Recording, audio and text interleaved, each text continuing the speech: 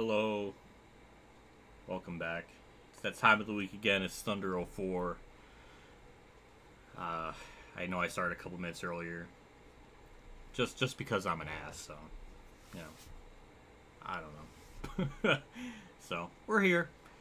We got Talladega and Kansas today, and I mean, we are on a disgusting streak.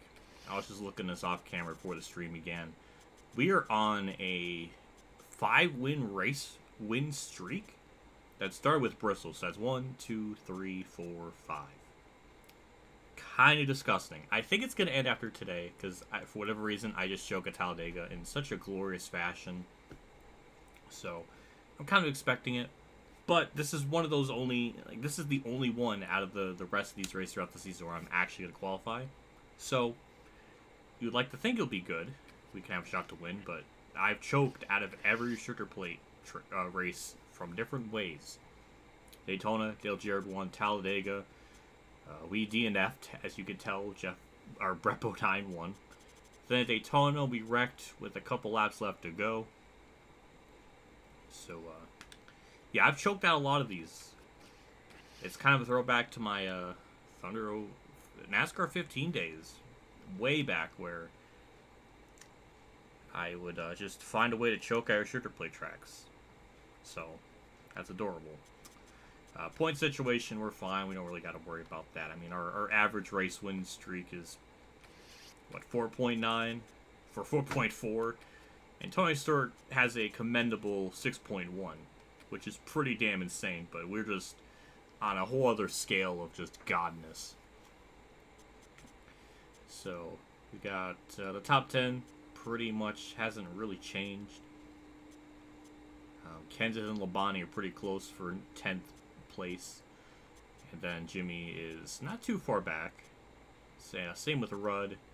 Marlin is probably the first one that's really like a stretch for that top 10. But, yeah. So that's an interesting top 10 battle. Kurt's kind of in the safe clear. Or kind of in the clear. Same with Newman's really in the clear unless he really blows up. But, with that, I don't think we got any type of things to work on with the car because everything's being repaired or overhauled. So we don't really got anything to worry about here. Shop additions, 3 more in the engine dyno. Hello JC, hello Tala, and hello Denji. Thanks for stopping by as always and tuning into the stream. I appreciate it. We'll talk about the Alex Bowman thing when we get into the race. There's a lot. I don't know if I probably have a lot to say. So, yeah. But, yeah, we'll jump into it and go from there. So chassis, I mean, it's Dega. We really don't got to worry about tire wear. So we'll bring our worst stuff. That's technically our worst stuff out of the 4. Or technically out of 3. Engine, we want to go with the beefy engine. So 67 there. Body. We need drafting, so 68, that's going to be our best one. Car rating is 72, so we've been kind of right around that 72, 73, 71 range. But as usual, what's also pretty damn insane is Sprinter, like usual, has created another not thumbnail, but another image, another meme image. So that's going to be kind of funny. Yeah. Mark Barnes on pole. Kurt's 5th! Yeah! So, that's pretty cool. I don't want to qualify, but I have to. It's just the sugar plate, everything gets spread out. It's going to be... I really can't afford to lose the packs. So, this is the one where we're going to try our try hard our hardest, if that makes sense. So, let me get this image up here. This is the image Sprinter worked on. And he had to do a revision. He thought the original one wasn't good enough and did a revision. And it terrifies me because it's even better than what he originally did. And it's glorious. So, let me show it up on screen. Let me make sure my face cam... I don't think it's going to be in the way. We're going to drag it over. 3, 2, 1. There it is. There it is. Oh, it's glorious. So many layers, so much to dissect. So first off, very Yu-Gi-Oh themed. That's awesome. And then obviously we got It's Time to Duel. And it's very topical. It's very, very topical because in real life in this race, in the fall, I believe, Jeff Green, or I believe so, I'm pretty sure because he wouldn't have Jeff Green here, had a Yu-Gi-Oh card. And that is awesome. That might be the most recent time an anime-themed car was on the track, as far as I know. So that's kind of cool. Pretty damn cool. And look at the Millennium items on Jeff Green. I had to look at this closely because there's so much here. There's so much here. We got the Millennium puzzle right there. The Millennium stat. I don't know if it's all like Millennium and then whatever. But we got the Millennium Eye. We got the Millennium Cross. That looks like Prince's logo. I don't know, but we got the Millennium Rod. Just a lot of nuances. And then we got these characters here that I'm sure are in the series and have some major significance, but I am not that familiar with. But that is that's pretty cool. Sprinter, as always, thank you so much for taking the time to put this together and everything. I really appreciate it. So, with that said, we're just going to dive into it. And, oh my god, Jimmy's in an alternate scheme. Did you see that? Holy crap.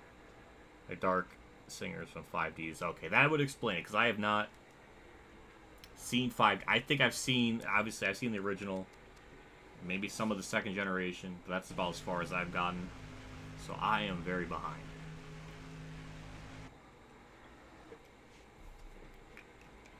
And obviously, got my Monster Energy Water, Purple Passion.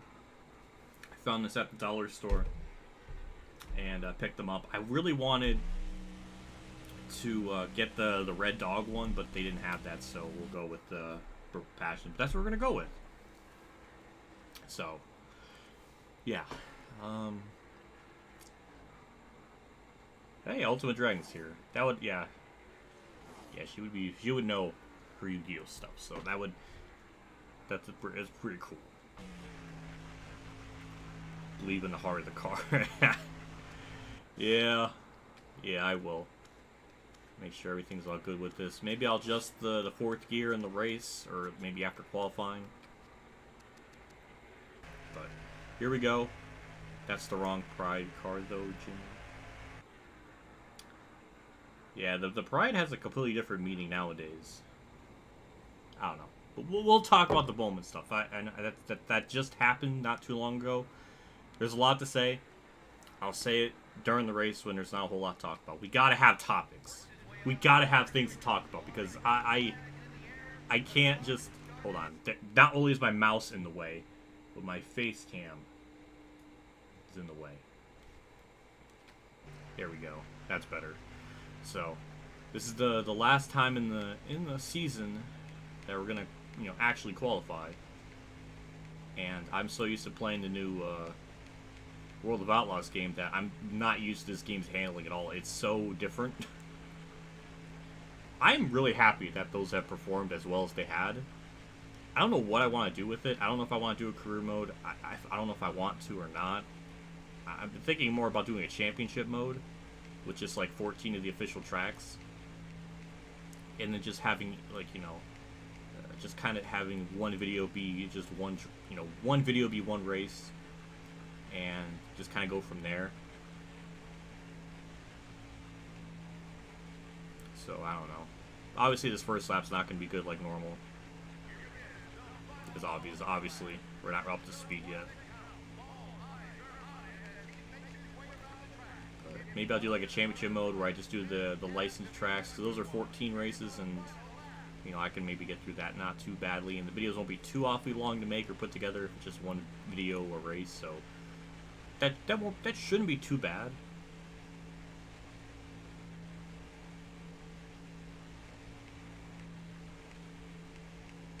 So I don't know. I'm curious about it.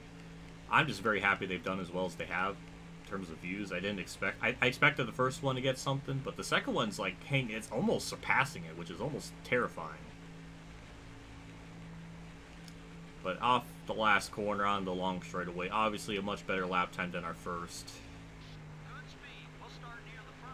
Okay, it's not pole. It's 8th, which is even better because that oh my god, we can help Kurt. We're behind him. I think we are. No, we're on the outside, but he's on the inside, so we can get Kurt. We can try to cheese Kurt a good finish, like as best as possible. That excites me. Hopefully he stays up in the main pack. I can dream. Yeah, Corvette. I've heard about it. I woke up from a nap maybe about an hour ago, and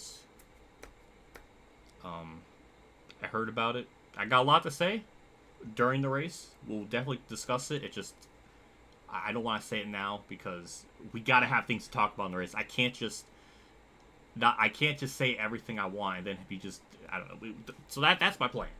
That's my plan.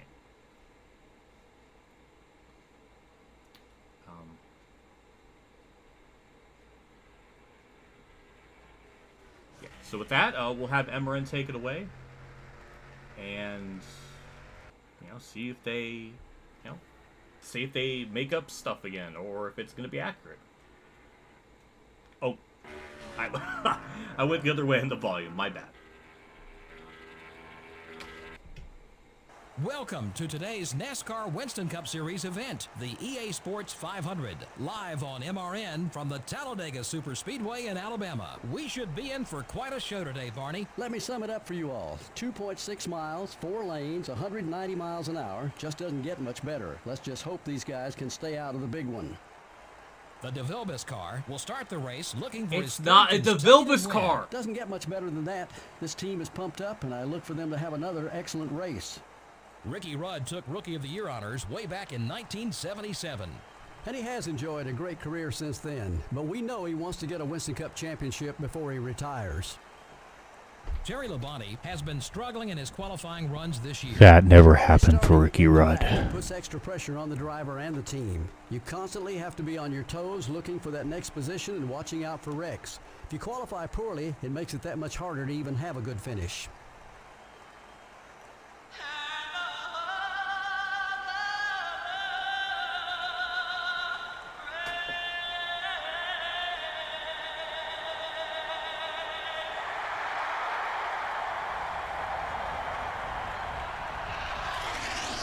Gentlemen, start your engines.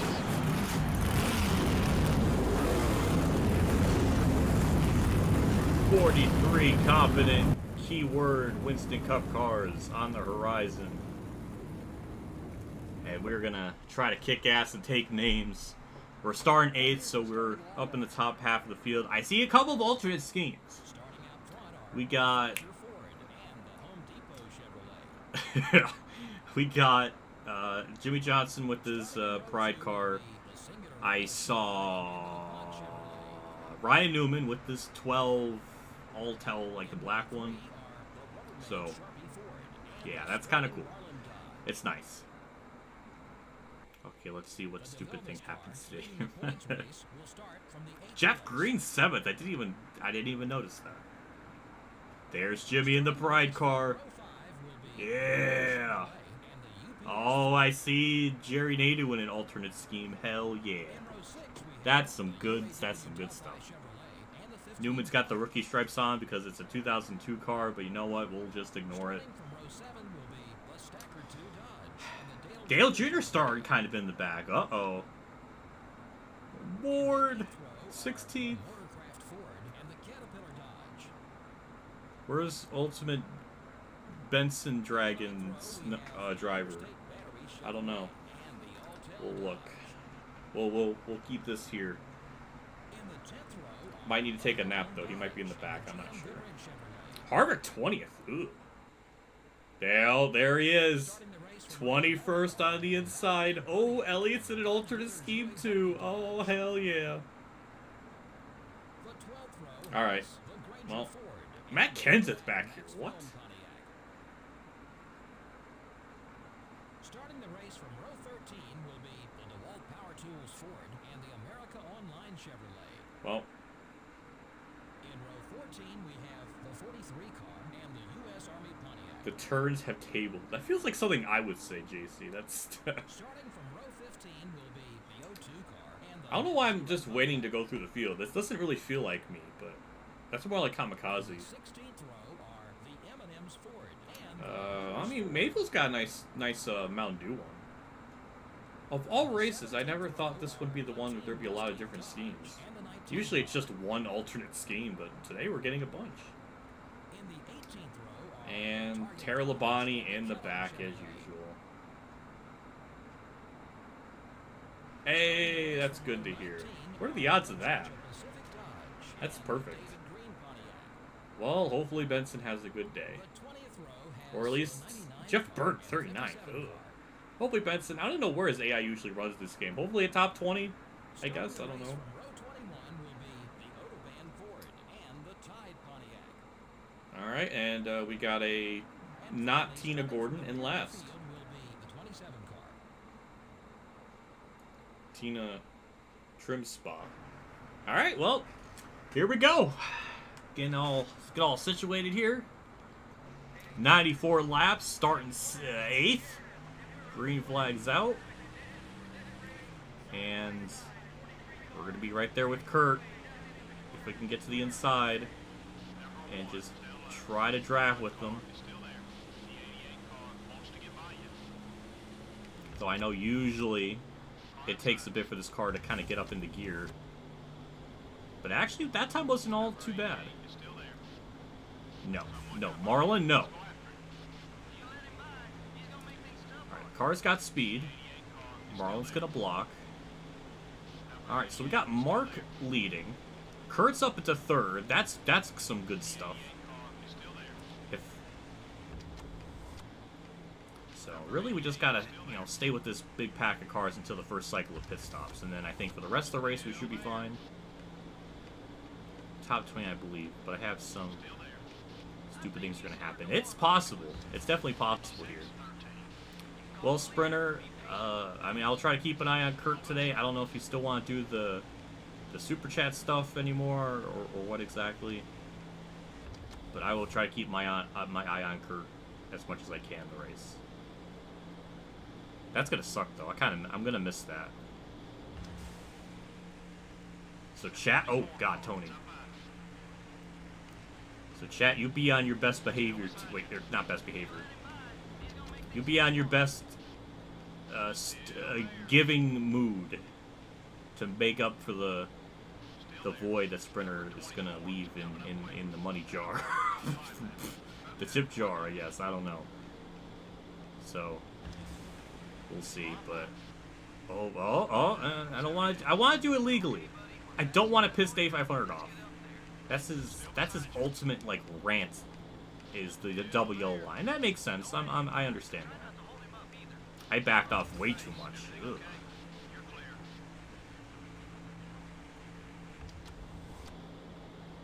I wonder if Jeff Green purposely qualified right by me just to try to hit me under the race. Because he's like the closest rival I have in the race. You know, he's like a 56, so not quite, but he's pretty close. But we'll see. Does seem like the car has some pretty good suck. I mean, we're just getting up through the field pretty well. Dale Jr. went from 14th already up to 8th, so he's going to be a contender, which shouldn't be really a shock. Now, the only weird things that happen at Talladega is just the pit road stuff. Sometimes it happens, sometimes it doesn't, so that's always a wild card. So we'll try to stay out as long as I possibly can to try to anticipate it, or at least not, get caught a lap down or anything weird. Gordon's blocking like a punk. Jeez, Gordon. It's for 5th. Is it? Oh my God, Dale Jr. Hi, Dale Jr.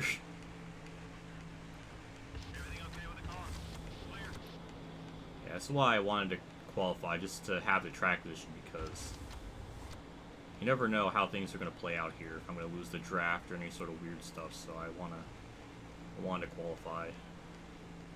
It's not like in the, you know, it's because we're going to be doing Talladega a lot this week. From doing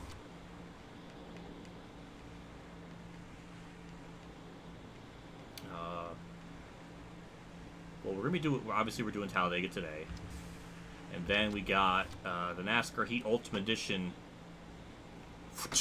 Plus tomorrow. I have that recorded already, so that'll be Talladega. Then Sunday's Heat 5 streams Talladega. So we're going to be doing Talladega a lot in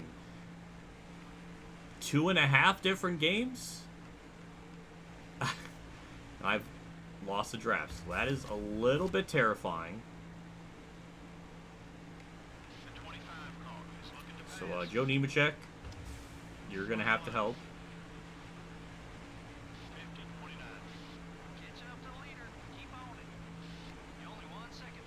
Also, I kind of forgot that Thunder 03 on the PS2 is officially 20 years old today. Happy birthday to Thunder 03. It's I was gonna do a stream before it, but I just never got around to it. With the new sprint car game, I've just been preoccupied with that. Days have been flying by, it feels like, so I just haven't had the time, and I just forgot about it. But we'll be doing, I mean, this is our closest next best thing, and we're streaming on the day Thunder 03 is 20 years old, so it doesn't really count, but it counts. But now we just try to get up to the field. And also, Kurt's losing ground, so that's kind of depressing. I thought he would hang on the lead pack a little better, so that's a little depressing. And now, what do we have? About 5 cars in the lead pack.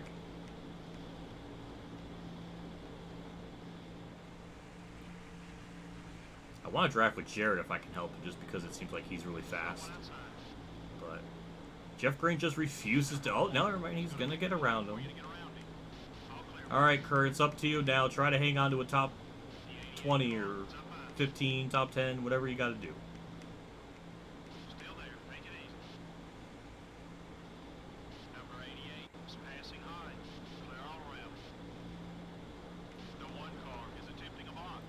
Well, since we don't really have anything else to talk about now,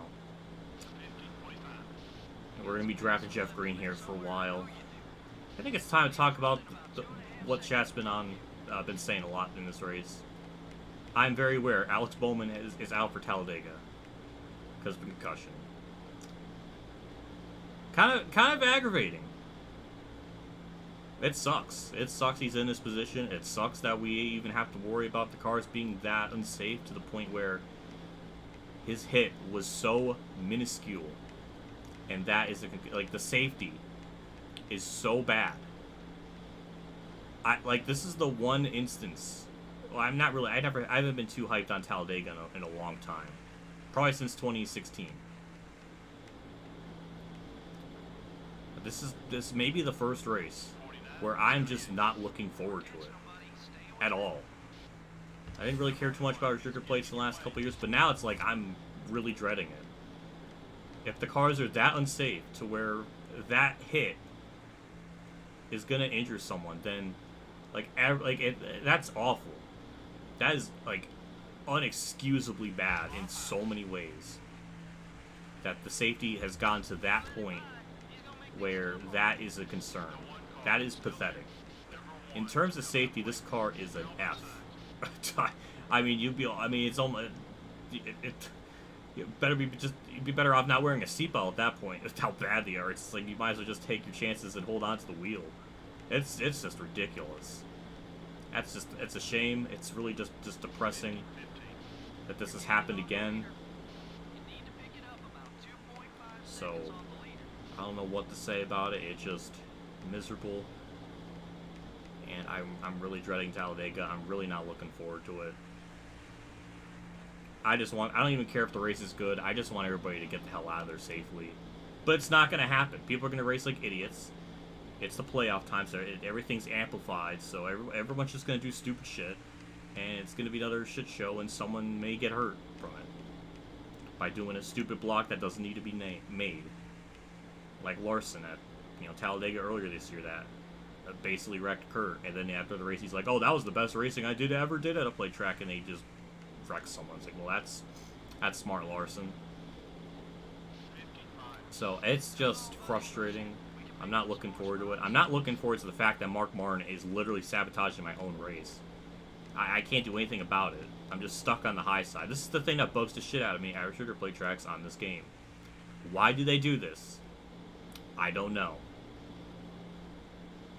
Do you think NASCAR is going to postpone the race? They're not going to do it. As much as I would like to do that, I just don't think even a week off is not going to fix these cars and its problems in a week. They're just kind of screwed with the time of the year they're at, how late in the year this is kind of all happening. And really the only thing that especially with the tire issues, there's not a whole lot the drivers can do. I mean, they're just driving around and then it just explodes, you know. It's not their fault. I feel bad for them. But Talladega, they do kind of have a say in how things go if they just, you know, play it smart and don't do stupid shit. So I would like to think maybe this would make them wake up and be like, hey, let's not do some, crazy blocks and stuff. But, it's probably not going to happen. Chastain's going to do Chastain things, Logano's going to do Logano things, and someone's going to have to die, and hopefully it's Gregson. I'm just kidding. Holy fuck, that's bad. Okay, I'm kidding. Hopefully Gregson takes one for the That's fucked up. Oh my god, it's fucked up. We're actually closing in on the field, or on those top four, with the me Mark run the high side. That's kind of incredible. Who's gonna flip a Talladega? I don't know. It could be anyone. Can you imagine? Yeah, can you imagine if there is another, like, a boycott? That, like, what happened in 1969? I mean, that'd be perfect. They're going to Talladega, they can boycott it, it's a throwback. That'll be perfect.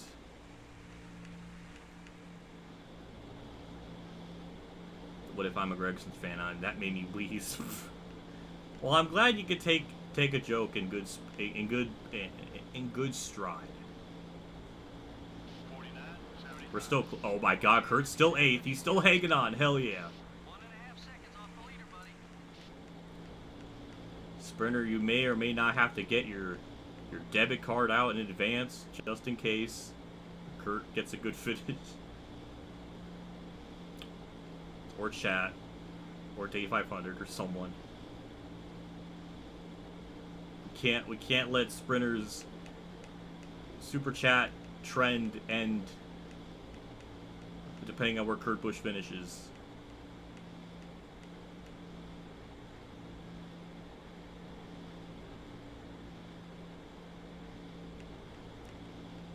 So yeah, the Bowman stuff, it bugs the shit out of me. I'm not a fan of how these cars are, how unsafe they are, and just everything in general. It really,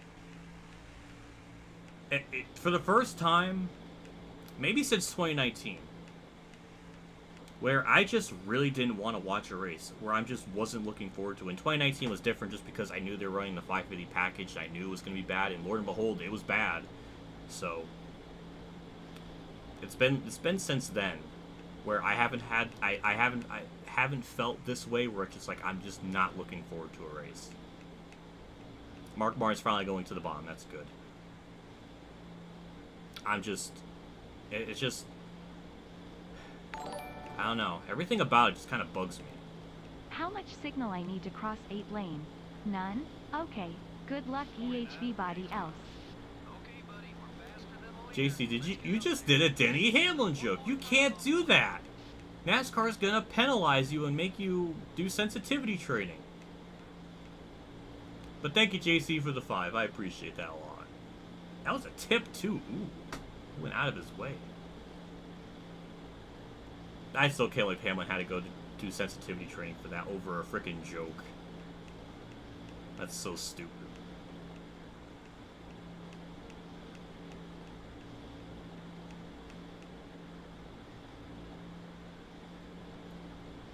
Well, me and Mark have caught up to the field in the most unconventional way imaginable.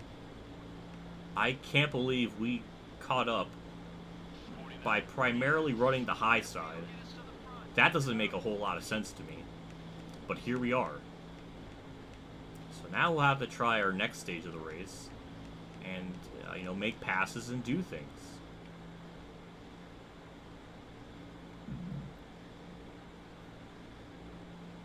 Larson wasn't even upset about the joke. That's the other thing, too. Is like, Larson wasn't even offended. Larson makes fun of himself. There was, in the... I think it was the Charlotte... It was a rain delay somewhere. Maybe it was 2019 or 2018. But he basically made an Asian joke on himself. Like, Larson can take a joke. Like, Larson's made fun of himself. Like, why? It's so stupid.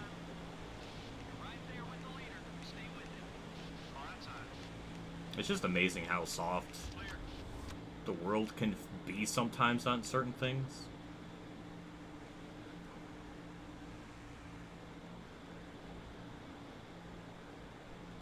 Still hate that in Thunder 02 and 04 they don't let you bump draft. Yeah, I mean, it's a little bit of the product of the times because you really couldn't bump draft back then. Very rarely would you see it even back in those days. It would mostly be on the straightaways. But it really wasn't very prevalent like it is now. They're finally going to make a pass because they're just extra blocky today.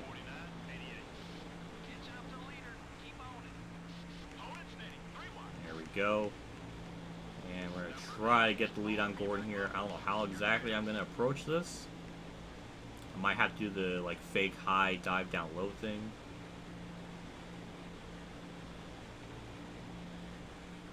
There we go. That's a run.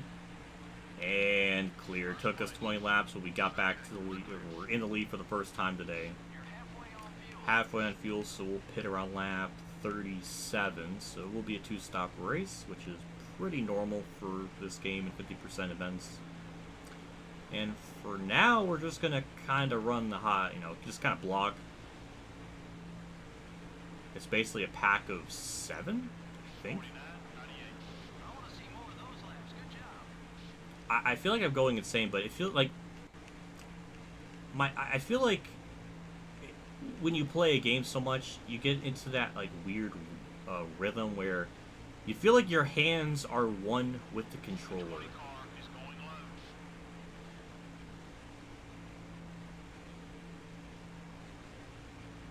And I feel like I just kind of like I can feel the car through my hands. And I feel super comfortable. I don't know what the hell kind of analogy that is or how that makes any sense, but that's how my brain works sometimes. Sterling Marlin, okay, he's still there. I was going to say, did he go home? No engine failures yet. But the field's already spread out pretty good. And really, we just got to worry about getting to the first pit stop. We should get a good in-lap speed and a good out-lap speed. Which is just based on how kind of the AI kind of go down pit road a little slow, but definitely not egregious. But getting out of pit road, they just stop, so we should be able to get the lead even if we have a bad stop. So I don't know. I think lap traffic's going to be a factor at some point. Dale Jr.'s trying. He's doing everything he can to try to get by me.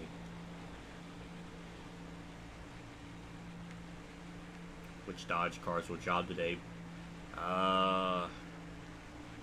It's either going to be Mayfield or Elliott, because for whatever reason those cars blow up a lot in this game, so I would think that's a strong possibility.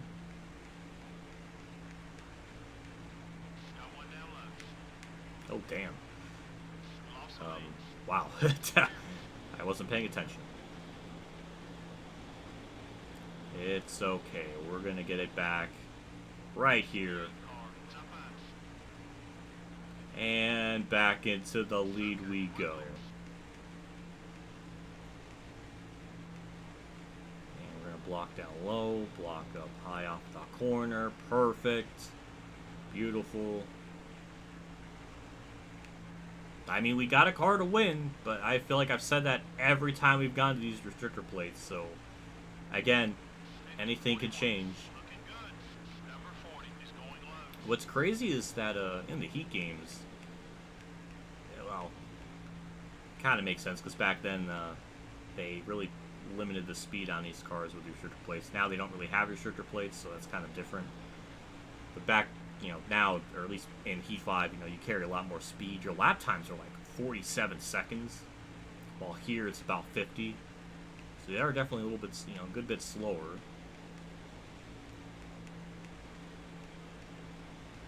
So this will take slightly longer. So I'm going to predict that this will take about an hour and 15 minutes. That seems to be about the norm with these 50% races, so I feel like that's a good possibility.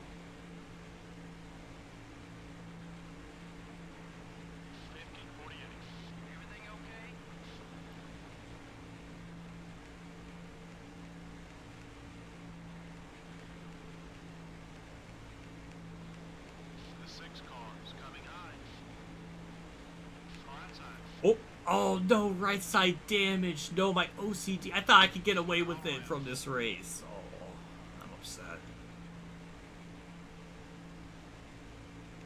That's very depressing. I think somebody mentioned in my chat a while ago about it that my sponsors changed. Yeah, they did change. My contract thing ran out on them, so I have I don't know what it is. Goodyear on the hood now. I think that happened at the end of the last week's stream.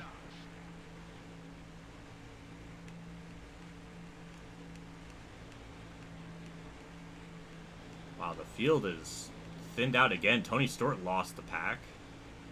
So what, is it only now 5 cars up here?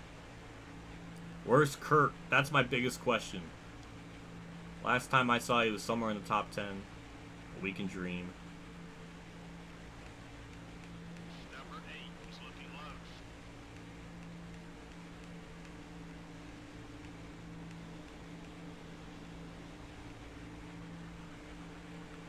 Remember, what if? Don't block. Don't try to be Dale Earnhardt. Remember, you can't block if your life depends. You know what? There is some big time truth to that. Because I think every time I've tried to do that at the end of the race, I ended up wrecking to some extent. I don't know why that has happened so much in this season. I'm a blocker. Oh, wait, no. I'm a racer, not a blocker. I don't know what I'm trying to say.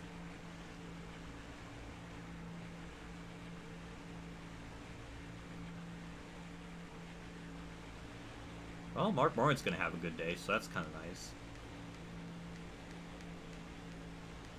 Tony Stewart dropped back. What, 6th place? Oh boy, Mark. Okay, he got me. And I thought we were going to get him back, but it's okay. You're not Ryan Newman, that's for sure. Damn. That's a burn. That's a burn. You can't do that. The 6th car is still there. Number 6 is still there. No. Damn. Well, I mean, as cool as it is to see Mark maybe get a win, I would love to try to get 6 in a row. That would be pretty neat. So, yeah, I'm gonna still go for it as intensely as I normally would. Marlin's up here. Good run for him. Maybe not. Maybe that's a bad thing. No, because he's not really in threat of getting in the top 10 of points. There we go. We'll get the lead back. 49-95. So we're pitting in about 10 laps. Mark Barnes actually losing the pack, so now it's just going to be a 4-car battle. We got some lap traffic here, so that's another layer to this race that's going to make things a lot more just weirder and wilder because they're going to, hold people up and thin this pack out even more.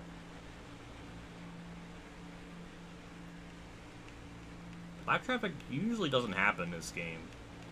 At Talladega, I should clarify. It's not too bad.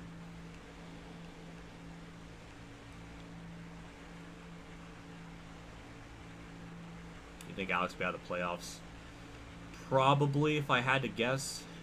Sadly, I hate that this is even a discussion. But, I mean, if Kurt got sidelined for such a long time, Bowman might be out for the rest of the year potentially, which is really unfortunate. To get his championship hopes, it just completely eradicated. Even though I think he was basically in a must-win after Texas. And again, both these things occurred kind of out of his control. So that sucks to be, you know, to lose any chance of a championship based on things that you can't really control. So that's just kind of, that sucks. So I got a bad feeling he might be out the rest of the season. Kind of weird Gregson's in that car, because didn't he just say the week before, I don't want to race anymore in the Cup Series for this season? Yeah, he's in it, so it's like, why? If like, I don't know.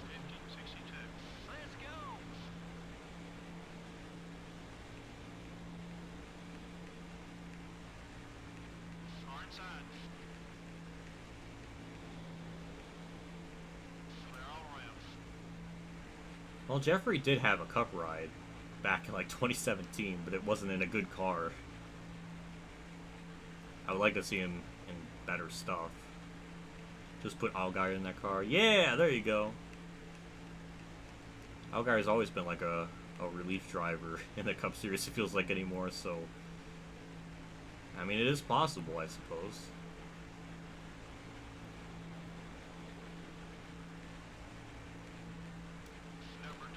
Oh, that could have been bad.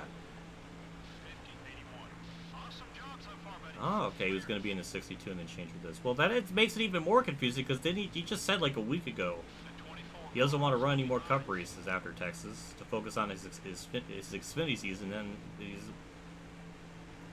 they even took Gregson to contradict himself. Unless they meant like after Talladega, I don't know.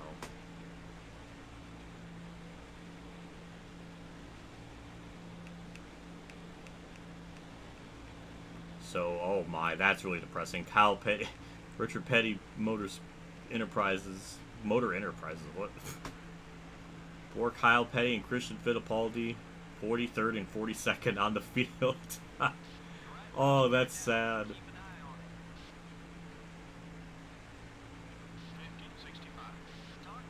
So now it's down to 4 cars. Mark has officially lost the pack. Now we got these 2 cars up here to get around. It shouldn't be really much of a problem. There's a pack catching us. There's Dale Jarrett and friends back there. I see that. That's a big pack. Oh my god. We're gonna have a bigger pack than 4 cars at this point. Look at Fittipaldi block. What a punk. We'll just go around them on the outside. Very unconventional for this game. But we're somewhat making it work. Oh, that's embarrassing. So we'll put those 2 a lap down. And that might stack it up the field.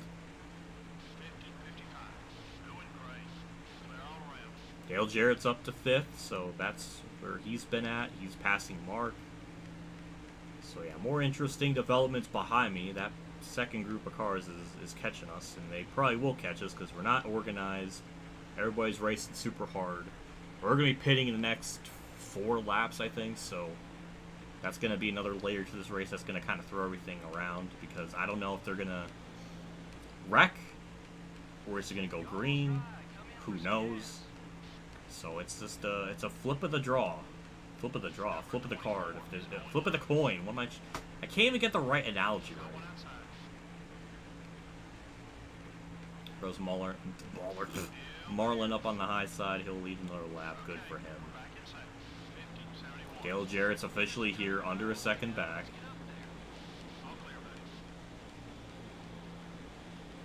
After Petty and Fittipaldi, it's a pretty big gap between the next lap cars, so we're going to be good for a little bit.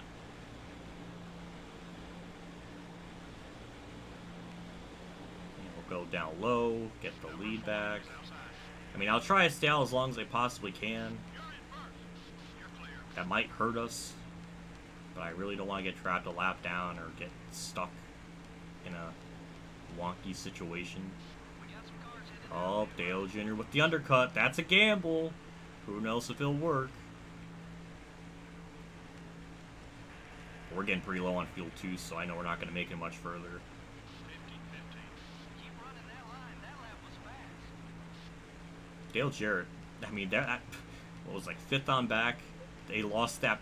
It lost the main pack of cars, and they just straight up, no holds barred, none, just got back up here. It's pretty incredible. Same with Labonte. He was following him too, so that's adorable. Think we can go maybe about 2 more laps. Oh, this is the first lap after the pit cycle, or pit stop, so we'll see just how the AI manage it. I could probably manipulate them to like just go down low and hit them, but I'm not going to do that. I'm going to try to not have that happen, just to let it play out as organically as I possibly can. And it looks like, I mean, the lead cars got through it fine. Got Dale Jarrett up here. He's a fast car, so I gotta watch out for him. We got some cars leaving pit road ahead. There's Kurt. There's Jeff Green. You let him by. He's gonna make things tough on you. You're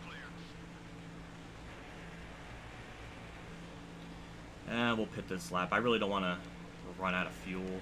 Seems like we're going to be cutting it really close, so we'll pit this time. We'll stay behind Waltrip here. Couple top 5 cars are on their way into the pits. And there we go. 70. Perfect. 4 tires and fuel out and away. 15.9 is our estimated time. Drink of my Monster Energy drink.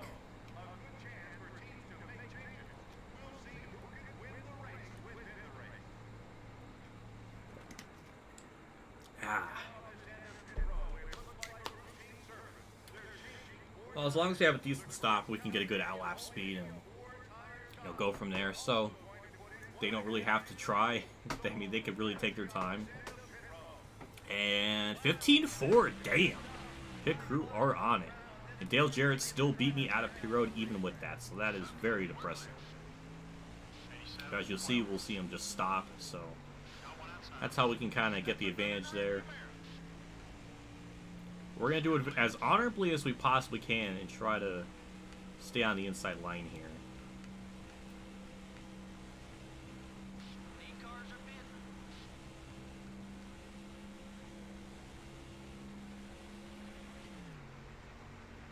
Well, I mean, we should cycle back out in the lead. It looks like everything went through normally. We have a big lead. Kurt was the first, or one of the first people to undercut the field, so he might gain spots. We're still on lead lap, which is good.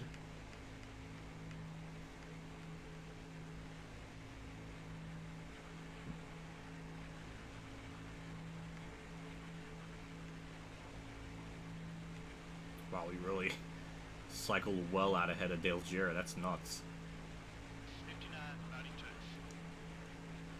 So we got Mayfield that's still staying out. That's another car for position. That's Harvick. Is it for position? Number 29. Wow. Yeah, he started way in the back. I remember that in the field orders. So good for him to gain a bunch of spots. But we should cycle back on the lead here. That's going to make it very interesting just to see where this cycles. I mean, obviously, I know how it's going to cycle out, but just to see how the rest of the field kind of shakes out in the leaderboard. Maybe Mayfield led a cheeky lap. I don't know. One of them was leaving pit road now. And we just had I mean, nothing's confirmed yet, but it looks like a normal pit stop. Who is that way up there? That's that's Gordon and Marlin. Well, damn. They're gonna cycle out in front. No, oh man, it's gonna be close. I didn't think it'll be as close, but then again, we're not drafting with anyone, so that doesn't really help. So Gordon and Marlin stayed out the longest, and it's gonna be close. Oh, they're gonna try to block. No, they didn't. Number 24. Now low. All right. Oh, Marlin's gonna try. Oh, what a punk. One more pass. We got the lead. Let's go. All right. Well, we cycled back out. into the lead, barely. We're not clear. Oh, we're clear. We're barely clear. And yeah, we're back out in the lead. And with that, that kind of jumbles the field up even more. I mean, just when that second pack of cars was catching the lead pack, then they just all got separated because they're all pitting at like different points. So, yeah, that's gonna make that's gonna make this race again very interesting, just to see how everything shakes out. I mean, it shouldn't be all too hard to block Gordon and just hold them up.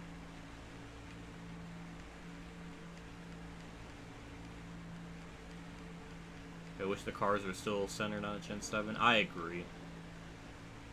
I understand like what they were trying to do with push the numbers forward to just get more sponsor space, but some teams don't even take advantage of that, so it just makes the whole point of that even just irrelevant.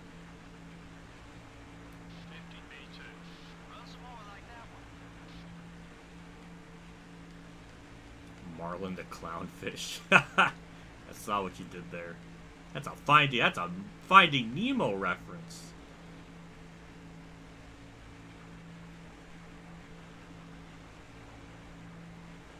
Well, Jarrett's up here.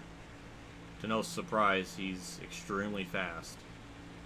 So he might be really the big one to worry about. I mean, he was one of those people that was able to run down the lead pack cars that I was included in. So yeah, look at him. A guy, he's like on the bottom making passes with no help, just chatting it up back there.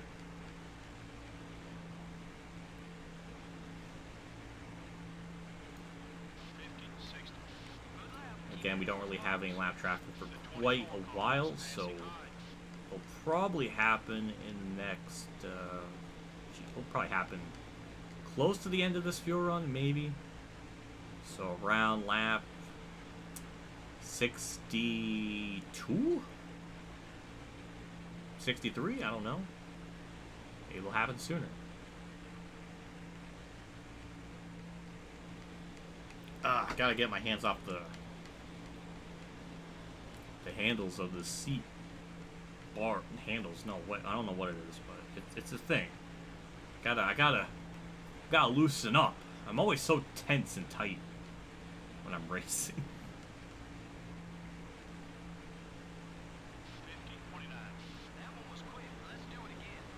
So, yeah. I guess I could talk about the penalties since they did come out for Byron and Gibbs. I feel like Ty should have been way more. I feel like his was much worse because it was under pit road. I mean, people's lives could have been at risk. I think his should have been more of a monstrous, pun intended, penalty. 75,000 is nothing to these drivers when they make hundreds of thousands of millions. So that's literally like 75 cents to them. That really means nothing. And really what should happen is he should be, parked for a race. I feel like that would be okay. Maybe even 2 races. I don't know. But the fact that he gets the same penalty as Byron, I don't think really is justified. I feel like Ty's should be definitely much worse. But the fact they make them the same, but like I don't know, I don't know, it just doesn't seem right. I don't know.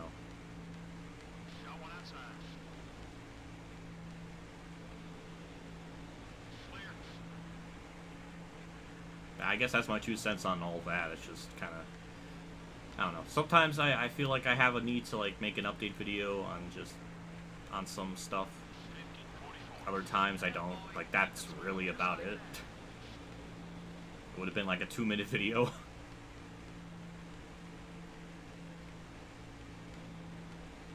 No, we're catching lap traffic a lot quicker than I thought, so I was humongously wrong on my assessment of it being by like lap 62. So yeah, I was very wrong. So who's our next victim? It looks like it's Mike Skinner. yeah, that's another weird thing too. Is like, it hurts more for like the owner points, but that's really the only thing that sucks. But as far as like driver points, that means nothing to him because he's not even running in the series. So I guess he technically has what, negative 25 points. He's gonna end the season in the Cup Series. His debuts. He's it'll be funny looking back on Racing Reference, like his Cup, his 2022 season, and it's just his points is just negative 25 because he's full time at Xfinity, and that's where his points are. So that's kind of funny in retrospect. Yeah, his penalty should have been way more. I feel what he did was much more egregious. You don't try to pace one back down pit road, and his apology was such a half-assed one. It was like 3 lines, and just really, it didn't even. I mean, it seemed like just a bland, a nothing burger of an apology. So, I don't know. I tried to like him, but shit like that, I can't defend that. So, it's frustrating. It's annoying. I hate how these newer drivers seem to just have no like understanding of like your consequences have your actions have consequences. God, I can't even talk. So I don't know.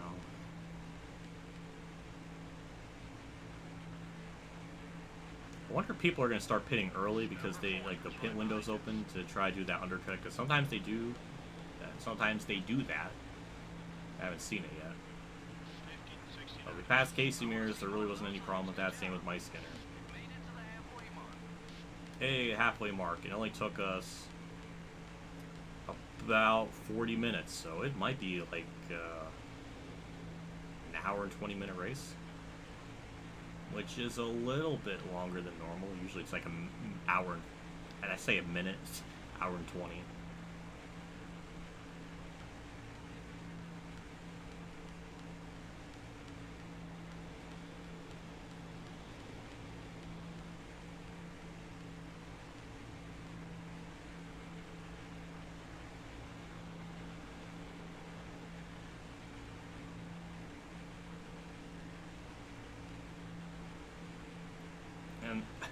Eric Jones, what an absolute legend.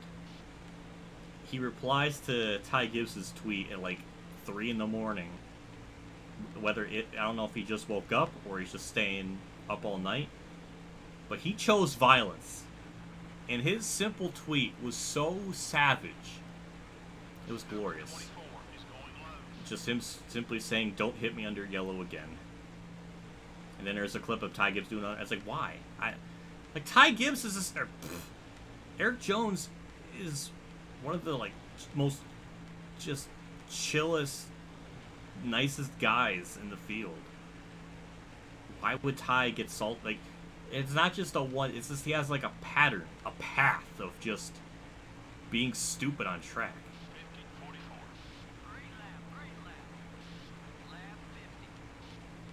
I just don't understand.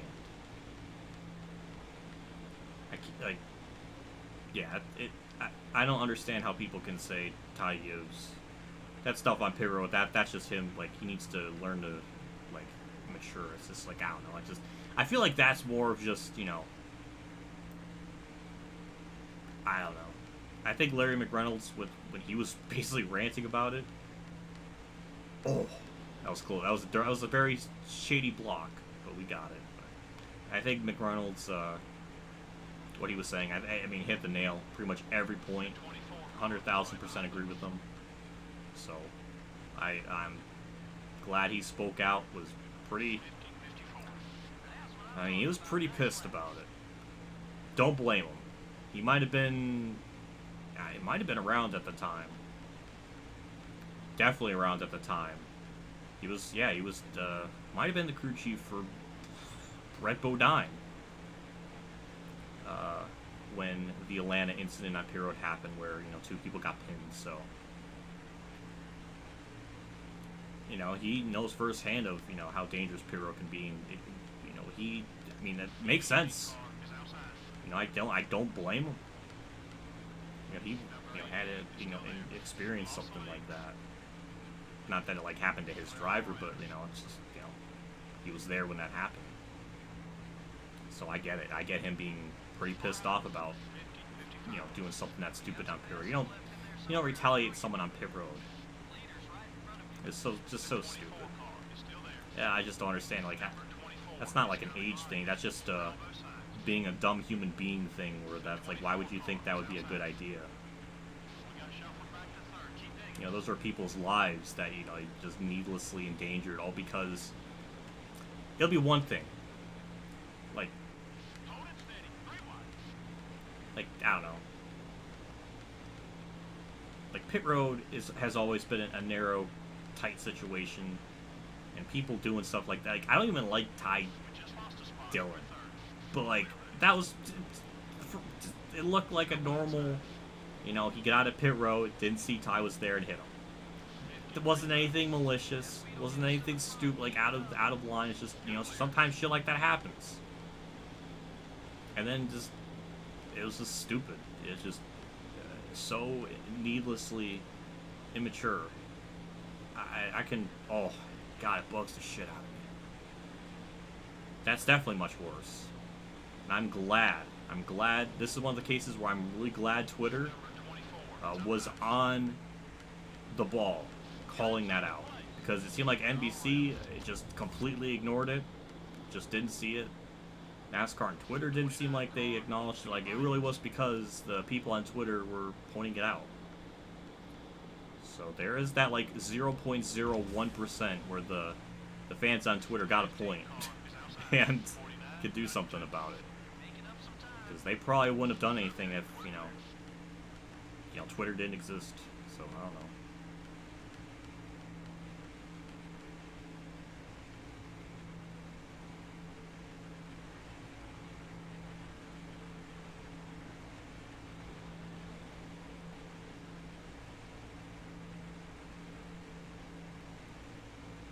More lap traffic to deal with. It looks like that's going to be Jack Sprague and then someone else. Harvick's up here, so... Interesting. Oh, Gordon! Oh, oh, Gordon! Someone else just binned it. What on earth? I had nothing to do with that. That was really freaking weird. I don't even know what happened. Well, say goodbye to Jeff Gordon's chances to finish in the top 5 in this one. Wow. I don't even know what happened. Michael Waltrip's up here, too. I didn't even really pay attention to that. Halfway on fuel, will definitely be paying around lap 72, 73. And once again, it's just a pack of like 5 or 6 cars, and then that other big group of cars that Gordon might have held up. Gonna probably cause some problems.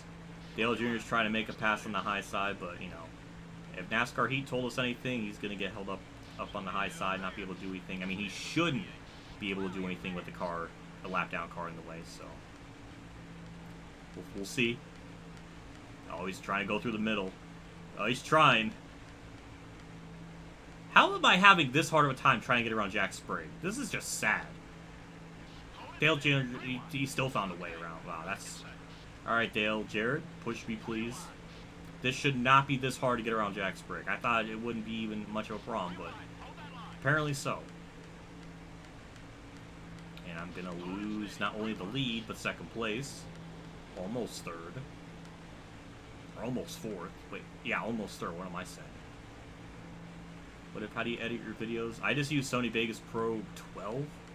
It's an older, way older version of Sony Vegas. I think it's almost 10 years old. I think it's over 10 years old.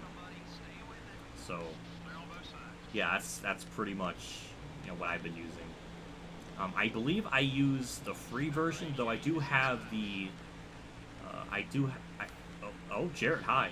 I do have like an official version. It has like the CD and like the product key code, but when I got this new PC, it didn't come with a disc tray, so I just kind of used the product code.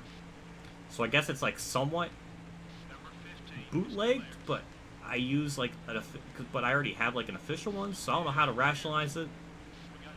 But I mean, basically, it's Sony Vegas Pro 12, and that's what I've been using for editing forever. Well, since like, God, 2013 maybe. I don't know when Sony Vegas Pro 12 came out, but I know it's very old. So from what I've heard and what I've seen in different videos, it looks like the newer Sony Vegas versions are about the same as 12, maybe like a couple of tiny upgrades, but definitely nothing that I would think would be justifiable to get a whole new, you know, version of it. I don't think it's worth getting like a $200 version when it's almost the same. So that's what I use. Obviously for audio, recording like through like the microphone stuff, that's through Audacity. I do a little bit of noise background removal, just to kind of mitigate a bit of the air conditioner noise. Obviously in streams I can't do that live. I guess I could try, but I never thought to do it. And then obviously game capture is just my Elgato. Basecamp stuff I use like OBS. So I basically use like 3 different things to record different things.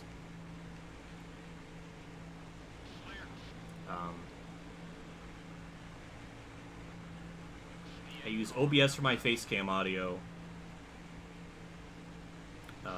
then Audacity, then my game capture. So 3 separate things.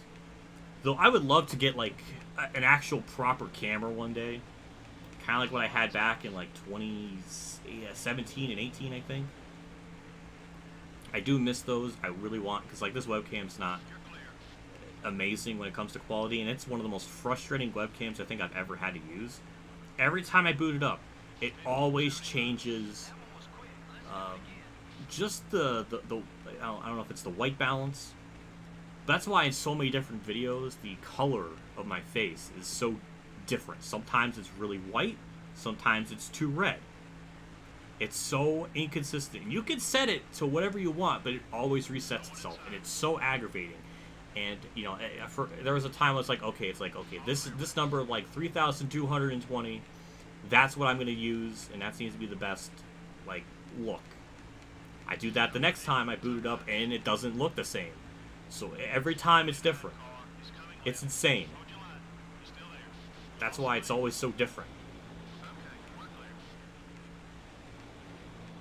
So it bugs me.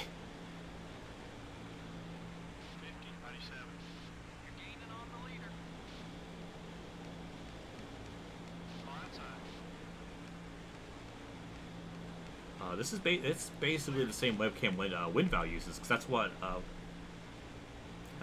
I got this because WinVal uses it, still uses it to this day, I believe. So that's why I got it. And also, I didn't really have a camera that could record longer than 30 minutes at a time. Because after 30 minutes, it would just shut itself off. It didn't have a flip view, so I could see myself through the face cam, so I just had to kind of wing it. And nowadays, like getting like that type of camera is like hundreds and hundreds of dollars, and it's like I don't have that type of money to do that. I wish I would have invested in it way sooner,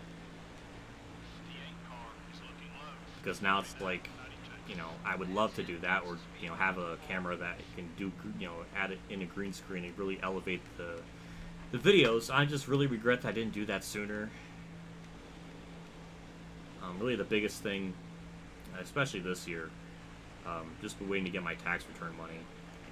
I filed that back in like freaking March, and only just now, like almost 6 months later, earlier this month, I got something from the IRS saying they needed a 1095-A paper that apparently wasn't originally filed. So the person the lady at the H&R Block just didn't file that paper in. So yeah, that's very infuriating. And it's a big like amount. So like that's what makes it, you know, exciting. You know, then maybe I can start to, you know, put a little bit more production in my videos and maybe get a better camera. I don't know if I can do a green screen. I don't know where I can do one in my room. If my like computer setup was like, if my chair was like up against like a corner of my room, then yeah, it'll be very easy. But I'll have to kind of rearrange my whole room to kind of do that. So I don't know. It doesn't seem like the lighting. I don't know.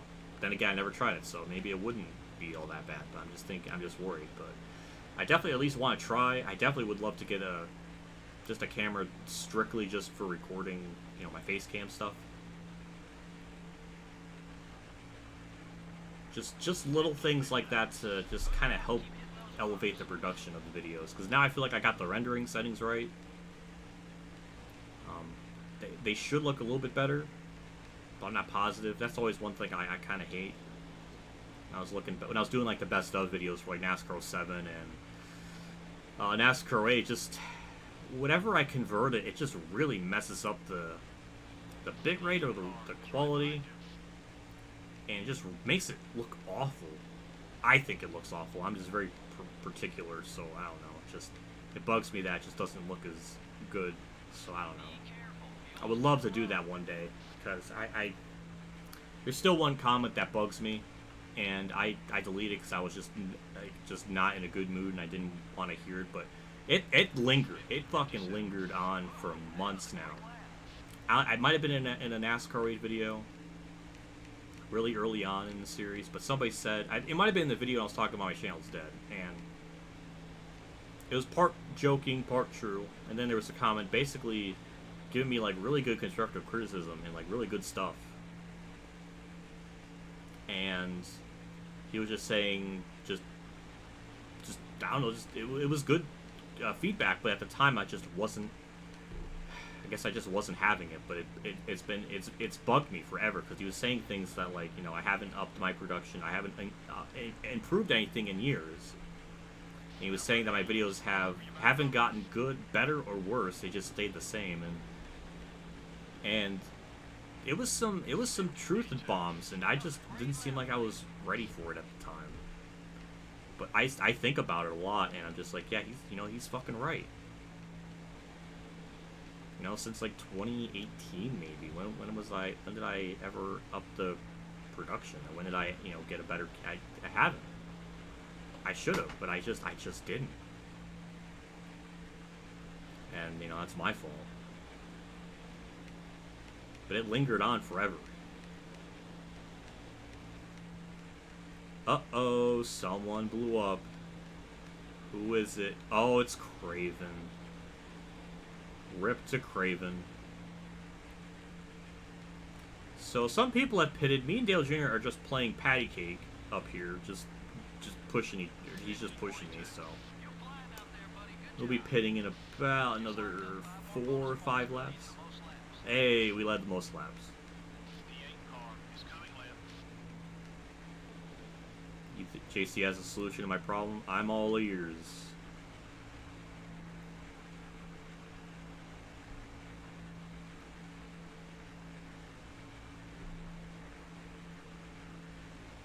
This program was $250. I really enjoyed using it, so I've been quite impressed with it.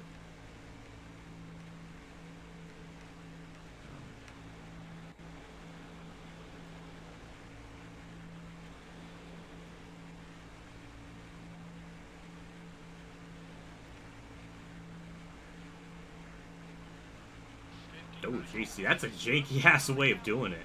I don't think I've ever really had a problem with how my game capture captures the stuff. Like, I'm quite fine with it. It's more or less just my face cam that bugs me.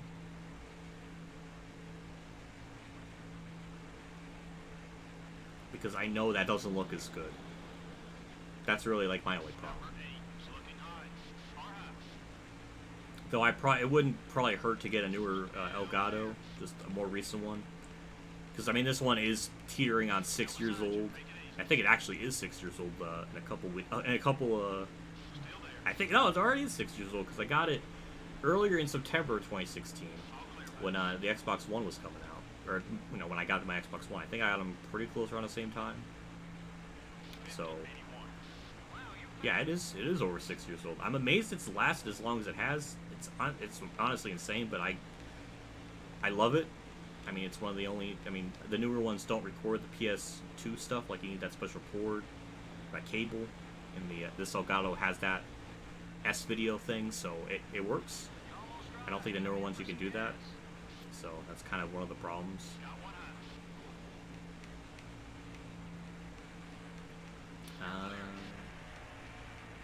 I probably should pit, but I don't know when Dale Jr.'s pitting.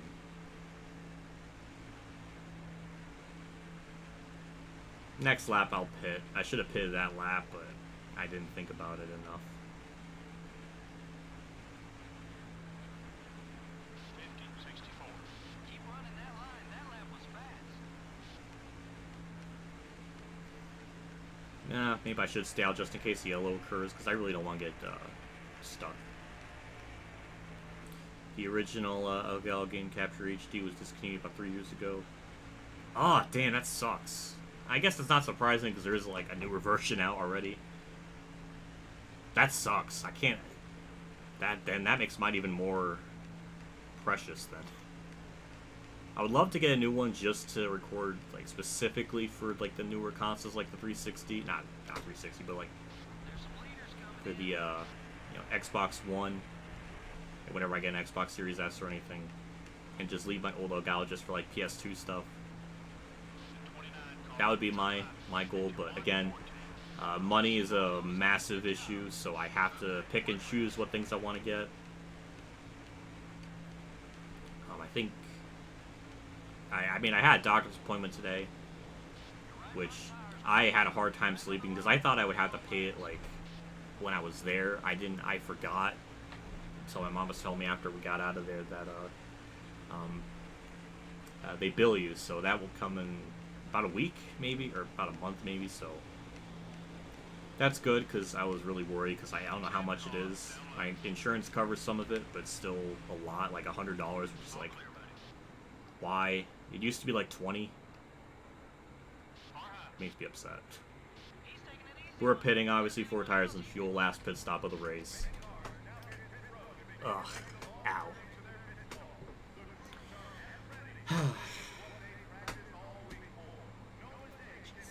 Fun fact for anyone that's watching this stream, my insurance is like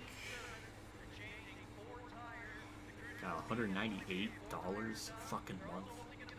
Fuck. Luckily, my parents are awesome. They pay like half it, so I appreciate it. That's a 14.9. I didn't even get a chance to drink my Monster Energy because I was in an emotional moment.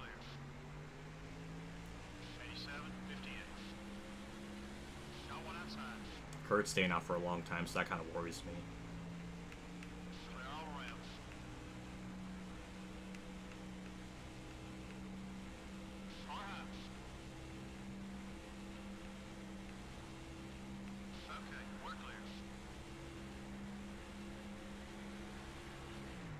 Okay. I can't get my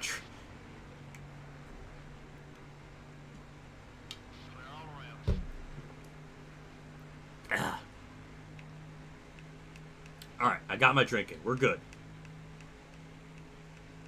That's all I wanted. I just wanted a little sip. That didn't look like a big sip. Wait, a little sip. It was a big sip.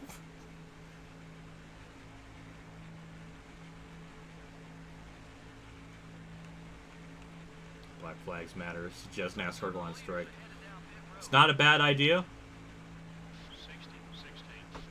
Should have done that way sooner.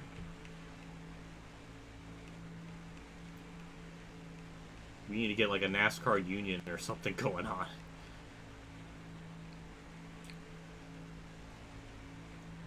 It'll be so fitting because they you know, they did a driver strike at Talladega and 69 for the first race, and then they're going to Talladega this week. It's perfect.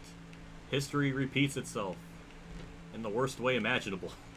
43 years after that one. No, 50. God, 53 years, man. That's a long time ago.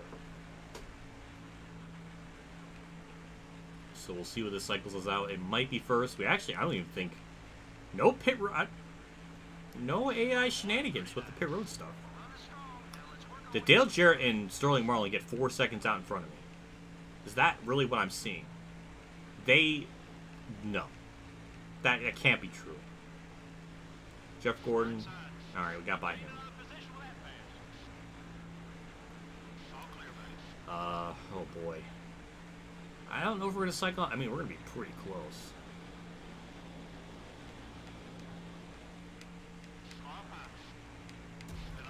Oh, you fucking dick. Mayfield, why would you do that? Well, I'm not happy about any of that. I was trying to pass David Green, and then Mayfield I just got pinched. I don't know what other word to interpret it as. I got pinched. And now I am in a horrific spot the remainder of this race. So that's a gigantic problem. We're gonna cycle out third?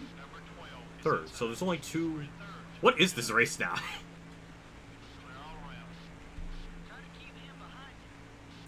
People in NASCAR reviving boycott NASCAR campaign would be the biggest W. I agree. That would be amazing. I would love to see that. But I doubt it will happen, unfortunately. So who's second and first? I've actually lost a lot of time. Wow, Marlin is... Wow, I'm almost 5 seconds back. The Mayfield thing, I know it didn't affect me as... It did not make me lose that much time. So I think we're still going to lose a lot of ground regardless. I think we'll just have to latch on Dale Jr. and try to get up to that pack because I don't think we're going to be able to do it ourselves. Jimmy Johnson's a lap down? What? When did that... How did that happen? How is that even possible? No AI yellows either. No pit road shenanigans. It's going to go green to the end. I want to see what the interval is when we cross the line. We do have some kind of draft. I guess I could draft with Jimmy, I guess. I mean, he should be a fast enough car, but I don't know. He lost more time. Okay, that's a problem. Dale Jarrett just took the lead, and he's half a second ahead of Marlon. So that's really disappointing. And Jimmy's going to the high side. It's like they just don't want me to win. It is just a restrictor plate curse that has been bestowed upon me in this entire season. Jimmy, go low. Thank you. Keep going low. Get around a lap car. I think he's going to do it. Jimmy's going to pass a lap car without any problem. Good. Beautiful. Alright, we got 5 seconds to make up. That's definitely, definitely a bit of a deficit. But we got time. Not a whole lot of time, but time. So, we'll see. And 4.1. Okay. Oh, Marlin's back in the lead. Hell yeah. If I can't win, I want Marlin to win. And I guess lap traffic, Bone Dale Jarrett, I think. This race has gotten really weird. A lot of cars are lapped down, I think. I'm looking forward to looking at the race results just to see what on earth is happening behind me. But we're catching them. I think he's starting to warm up to us. I think so too, crew chief person.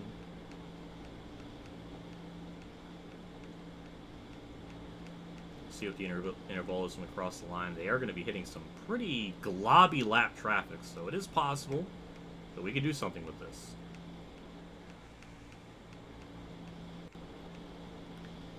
And 4.1 last lap, 3.4 this lap. Okay, good. So we're catching. We're making progress. It's a shame that damage with Mayfield kind of hurt us. But maybe it was a good thing that we got in contact with them because it slowed us down enough to eventually work with a more faster car. Even though he's a lap down, so that's even more confusing. Like, how did he even get in that position? Like, his car should be at least decent enough to stay in the top 15 even, so I don't understand any of this. Toxic, if Toxic's here lurking in the shadows, I am sorry to see, I'm sorry you have to witness Jimmy being a lap down. That is pretty funny. And now he's going up to the high side, so that's a bit of a problem. We still gained some time that lap, so that's even better.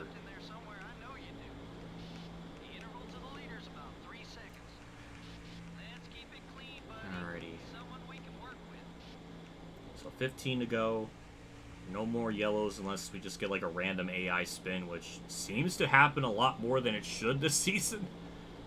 So that's still not out of the question. It happened at the Daytona 500 in Season 1, I think. So it is possible.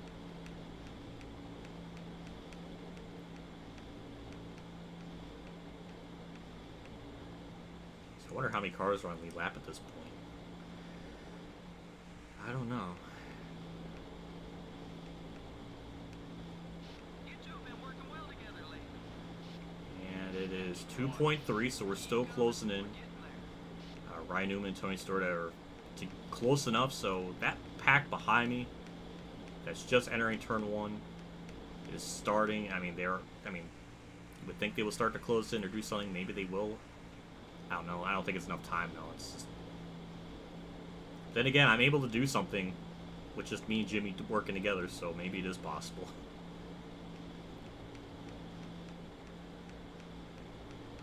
Is this the 2001 Talladega 500, no cautions? It seems that way. Well, that was I believe it was called Aaron's 499 back then. Maybe it wasn't. I can't remember. Oh, Jimmy, why would you do that? Get around Jeff. No, Steve Park. Please. Why? Why would you do that? Why is it so difficult? God damn it. Why? Jimmy, you better get your... Oh, he's going the inside. Alright, good. Alright, bait him down low. Look at Steve Park block! What is that shit? That's some fucky shit right there. I do not approve of that. Jimmy was gonna pass him on the inside, and Park just blocked him. Why? That's some bullshit. Alright, Jimmy, let's try this again. I don't think he can go down low as... Alright, get lower. There we go. There we go. Get around Steve Park. I feel bad for Jimmy, because Jimmy at least tried to make a pass, and then Park just blocked him. And I lost, like, 50 ally points to Jimmy that I was just pushing him. So that's a little horseshit. Hey, hello, Corey. Thanks for tuning in the stream. I appreciate it. We are at the nitty-gritty of Talladega, of race 1 and 2 of the stream. We are about a second and a half back from the leaders. It is between Marlon, Dale Jarrett, and myself. Basically going to be a 3-car battle. Trying to mitigate and salvage my restrictor plate luck this season, where every race I've gotten in a wreck or something has happened to prevent me from winning. And oh, look at that, Harvick and Ryan Newman, they're actually closing in on the leader. It was like 6.4, now it's 5.7, so uh-oh. Might get interesting. Nope, it was called Talladega 500. Oh, well, hey. Alright, now I know. I guess they started calling it the Aaron's 499 2002 then.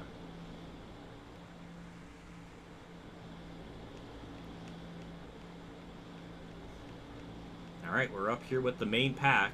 I think. I see Dale Jarrett up there. I see the indicator.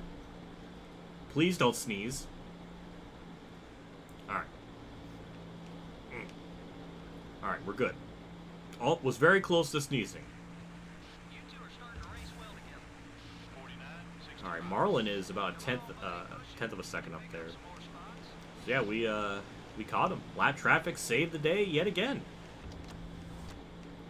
And once more, once we stop drafting with Jimmy, oh, there goes all of our ally points.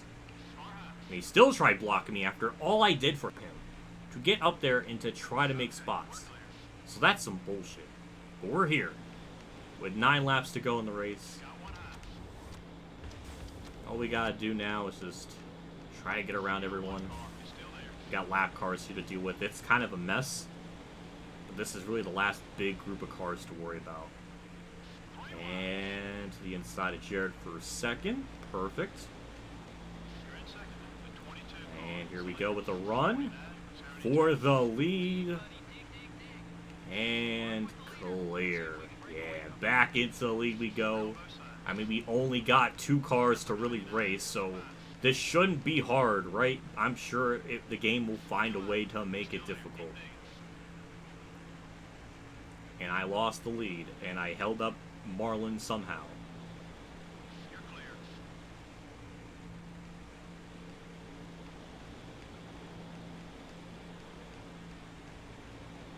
Got one down left. Hold your line. Jarrett tried, but he got the draft from Burton. I wonder how many are on lane lap. I mean, I know Burton started way in the back, so it doesn't really surprise me. But I have to guess maybe around 29 or 28 cars on lead lap potentially. I mean, we're about to lap Fittipaldi a second time, so that's kind of funny. Kenseth's about to go a lap down. What is this race? I'm amazed it's gone green. I expect at least a yellow. But we didn't even get that. If I still lose this race, even though I have to really race only 2 cars, I don't deserve to win the race. I won't even be upset, because that is going to be sad. I had 2 cars to really worry about, and if I find a way to throw that out the window, I'm just going to end the series.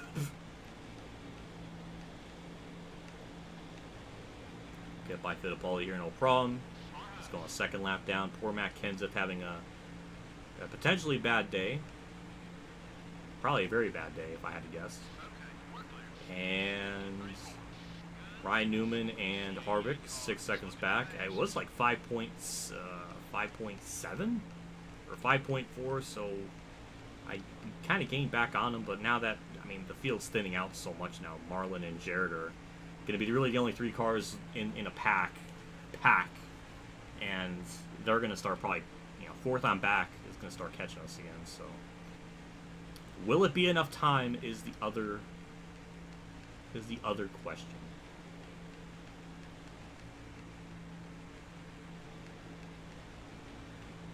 I don't know. So we got 2 Fords and a Dodge. Quits racing because he doesn't win a race. Exactly, JC. I mean, hey, Alan Quickie did the same thing. He won a championship and then yeeted himself. So, you know, I think that's the way to go. I think that's what Kyle Larson should have done. That's fucked up. Oh my god, that's terrible. Alan Quickie had the right motive. You can't be beaten as an undefeated. You can hold your undefeated champion if you don't run the whole season. The next season. That's like the thinking emoji thing. I don't know. There's some joke there. I couldn't articulate it good enough.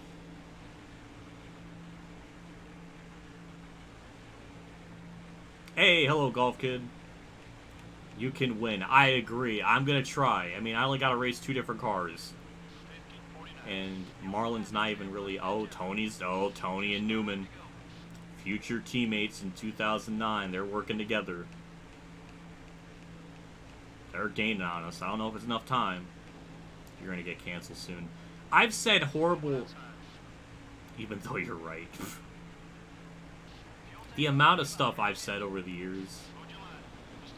Oh my.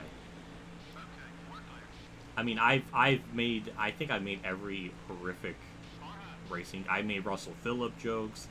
I think I made the tragedy at the Le Mans thing. I've Adam Petty joke. I mean, I've said about every horrific thing possible when it comes to racing tragedies.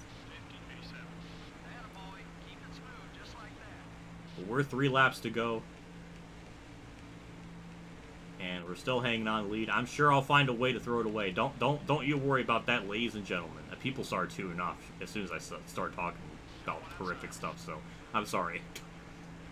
Jimmy Johnson's up here. Remember when I saved his race? He was a lap down, and I gave him the will to get back up to the. He's about to unlap himself. He's gonna do the good old fashioned American way of getting back the lead lap. Never mind. Golf Kid, you're missing the context behind why JC was saying that. So that it's not. He's not. He's not trying to do something. That 4.5. Okay, Dale Jr.'s closing, but again, not enough time. Dale Jarrett choked massively. And oh, Ward and Jeff are holding them up. Oh, that's beautiful. The brothers sabotaging Dale Jarrett, a fellow Fordian? I don't... That's glorious. The game is blessing me right now. That is perfect. Marlin's trying. I respect it, but I have to go 100%. Yeah, Dale Jarrett just got absolutely destroyed by the brothers of Burton. What a duo.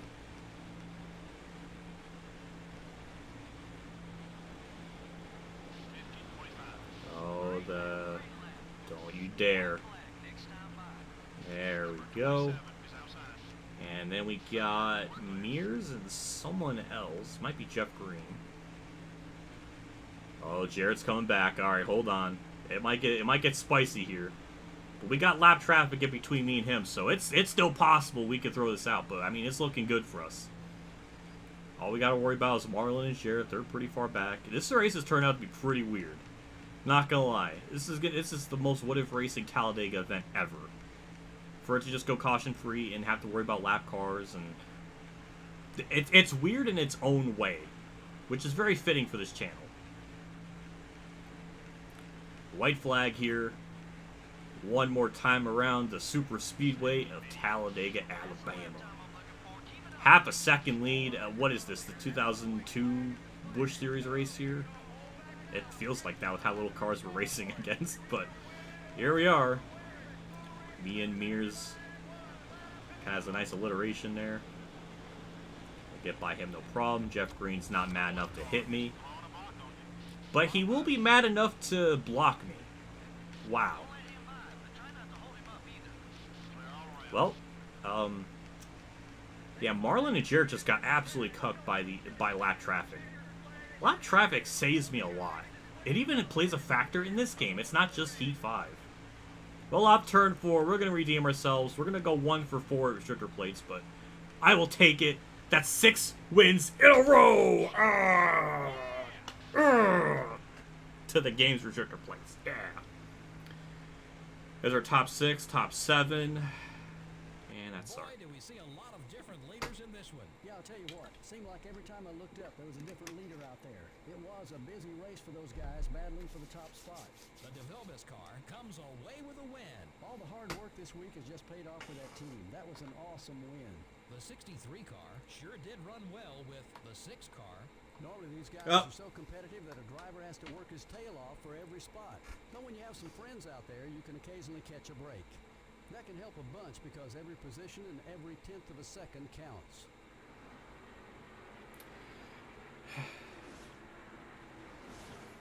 Well, victory lane celebration. Win number, God almighty, like 17, 18, 19. What am I dying from? Nothing. What are you talking about? I'm fine. I mean, I guess technically we're all slowly dying as we progress through life because we're nearing that. But that's like... That, I get... Why? Can you imagine that? Like, if I won a race, and I just start talking about stuff like that when I win. That's a good way to lose sponsors. We'll get our Talladega trophy. Hell yeah. We're like checking off all the boxes of things like we can like redeem ourselves from. Well, except for winning the 500. I guess that's kind of one thing we'll always regret, but how many wins is that now? I've lost count. It might be 16 or 17. I'm not even sure anymore. We led 49 of the 94, so definitely a little bit over half the race. Hour and 20 minutes. So I was right on the mark with it being a hour and 20 minute race. Mark Martin 10th. And, hey, Kirk got 13th. Nice. Started 5th. Didn't drop back too awfully far. Mark Martin with the top 10 lead. Led 2 laps. Tony Stewart ended up getting 4th. Marlon got 2nd, so...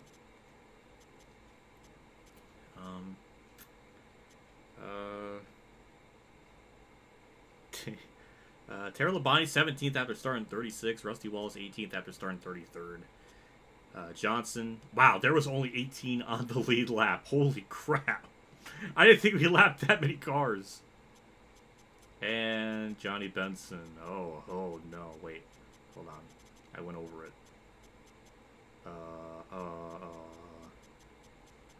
Hey, look at that, 14th. Alright, that's not too bad. Oh, look at that, Bill, 16th. Oh, they kind of finished so much close together. That's adorable. Wow, 18 cars on lead lap. I can't believe that. I can't believe that.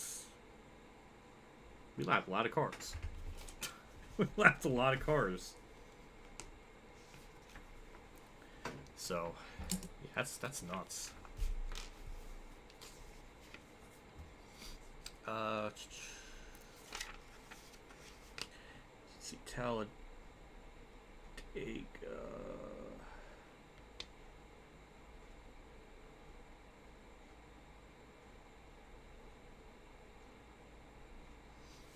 So, let's see. Any type of engine failures. Ricky Craven blew up. Michael Waltrip blew up. Damn, I didn't even... That sucks. Wins race. It doesn't matter. I'm gonna die anyways. It has this huge depressing Jim Carrey. It's possible. That'd be pretty funny. I sent you a picture. Let's see. What did JC send? Ooh! Hey, that's a nice looking 164. I like that scheme. I ass-packed it. I ran into its ass, but it's a nice looking car. Well, thank you, JC. I appreciate you sending me the picture of that. It's a nice looking car. How many wins did that now? I'll have to look. I know it's well over 17 wins, I think. So, yeah, that's quite gross, but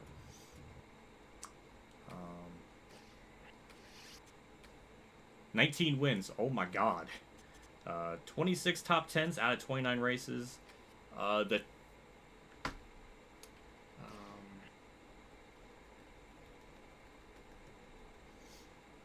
Yeah, that's 6 wins in a row. We are close to getting 7. 7 for Alan Quickie. That would be really, really beautiful. So that's 1, 2, 3, 4, 5, 6. One more. Which I have no idea if we're going to be able to pull it off of Kansas. I don't know. We only go there once a year, so I have no idea how that's going to go. Kurt's still 9th in the standings, 182, so he's still way back from Newman. Gained some on Bonnie, I think. Not sure. And then Kent's at the 11th. And then Rudd's 12th. Rudd's actually gained some spots. Yeah, that's our top 10. Mark Martin's still hanging on in 6th. He's really close to getting 5th, so it's actually not too bad.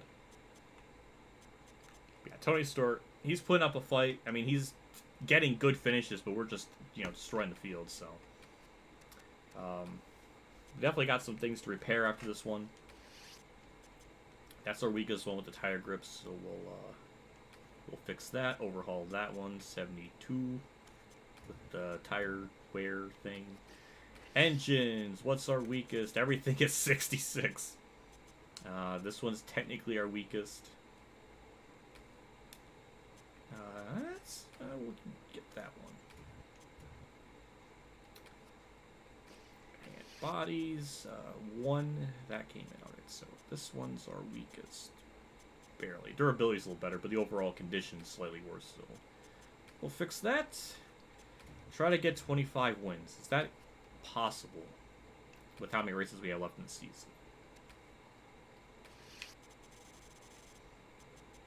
So that's what was our race. It was race win number 19, 20, 21, 22, 23, 24, 25, 26. Oh, we're going to be one short of tying Richard Petty's.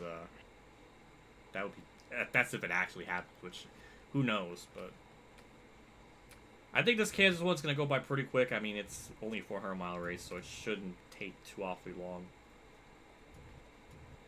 Maybe an hour and 5 minutes, maybe. but we gotta jump into it. Chassis, we'll go with our best stuff. 75, that's our best one there. Engine, everything's a 66, but we'll go with the 66 and 71 efficiency. And body, this one's gonna be this one. 73, that's our highest car rating in quite a while. I also noticed this in Kamikaze's videos in any NASCAR Thunder game. Benson and Elliott tend to finish together a lot. That's funny. That's funny. I guess NASCAR kid, I guess it technically is possible to get 25 wins. I mean, I have to not win one race, but it would be theoretically possible.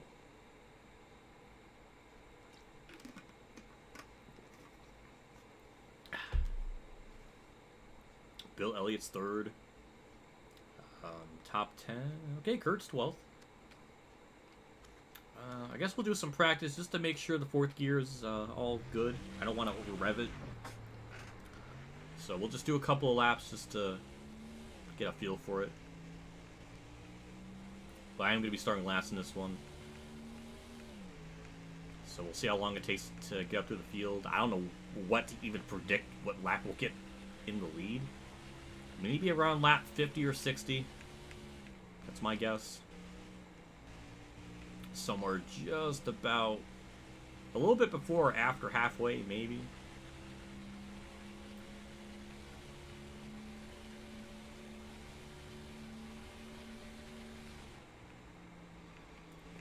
It's pretty close. It's pretty close to redlining, especially if we got draft to worry about. That might push it just a bit too far.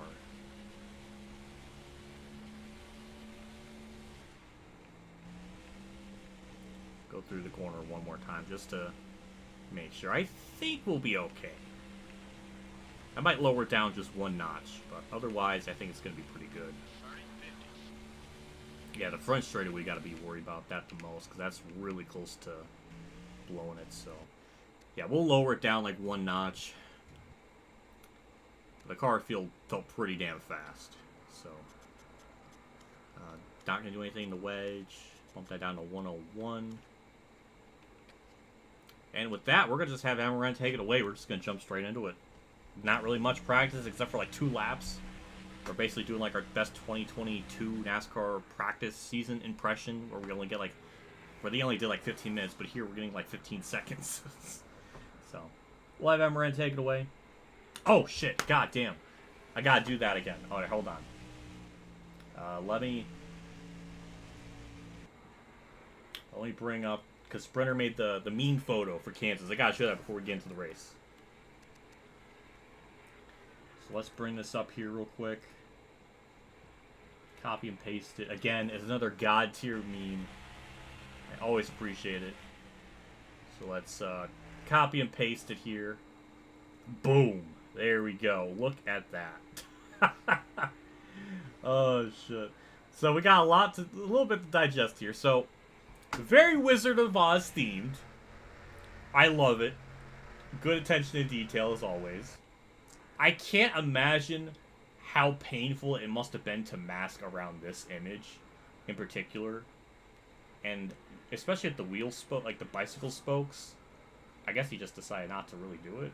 I don't know, but that probably took a lot of time just to get around all this little extra stuff. So this probably took forever. So I appreciate that dedication. Got the house too, flying. The Dorothy. That's 10 out of 10 meme, 9.5 out of 10 meme. It's a good meme.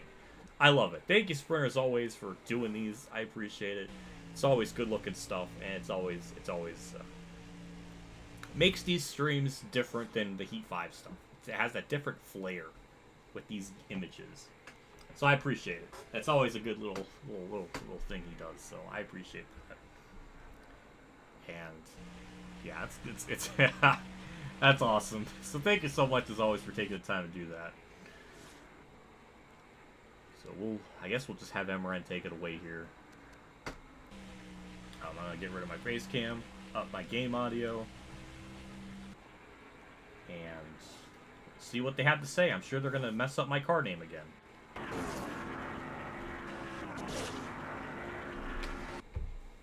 Hello, Hello and welcome to the Kansas Speedway for the running of the Banquet 400. Tell us a little bit about this track, Barney. Well, the track is pretty similar to Chicagoland. They were both built at the same time and added to the schedule in the same year. Not really any history built up here yet, but I'm sure there will be soon. Sterling Marlin picked up Rookie of the Year honors in 1983, but it took him over 10 years to find his way to victory lane. But he made it there in impressive fashion. If you have to wait that long to pick up a win, you might as well make it a big one, and Sterling did with a win in the 1994 Daytona 500. The DeVilbiss car has really focused in on his qualifying runs this year. What? Yeah, but don't forget, Joe, it takes a lot of Last? people working together to get that car starting in the top 10 every week. No, top 10. They must be basing off like my average qualifying start or something. That doesn't make any sense in that.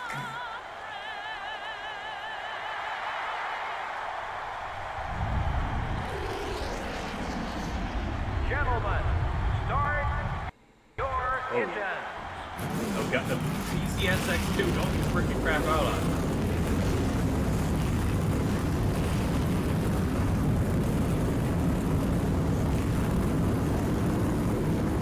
Alrighty, multiple Winston Cup cars getting their stuff situated. Robbie Gordon's in an alternate scheme. I like to see it. Anyone else in an alternate scheme? I could not tell. In the front row are the Dale Jr. Chevrolet. Well, Dale Jr., I guess, is just going to be God tier today. He's starting on pole, so that's terrifying. In the second row, Well, we'll see where Kurt finishes. I mean, he's starting outside top 15, or outside top 10, so he might just have like a typical like top 15 run or something. starting the race from row 3 are the Tide Pontiac and the Singular Wireless Chevrolet. Well, here we go. Last to first, 133 laps. And we'll just see how long it takes us to get up to the field. I'm going to try to take it easy. I don't want to damage the car too much. So I will be doing my best to take my time.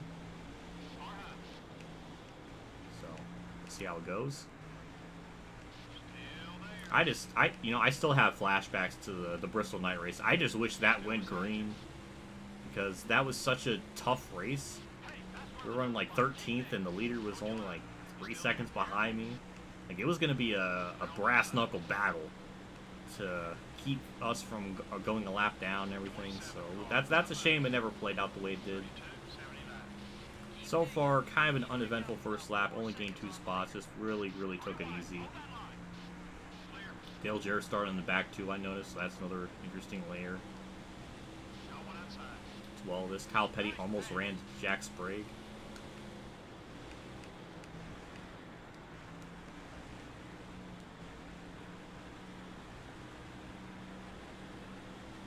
Go. We'll gain a couple more spots this lap. Kyle Petty's doing something. Oh, they're stacking up a little bit. Luckily, that's not going to slow me down a little bit. We can still keep our pace. Dale Jarrett's having a horrific run. He was getting held up, so that was nice. I'm sure we'll see him up here in the top 10 at some point. Got a lot of laps here. Oh, boy. All right, don't want to do that. Alright, well, there goes all our broship points with Jarrett, and there goes my right side damage, so now we got that to trigger us for the rest of this 130-lap feature. That is very frustrating.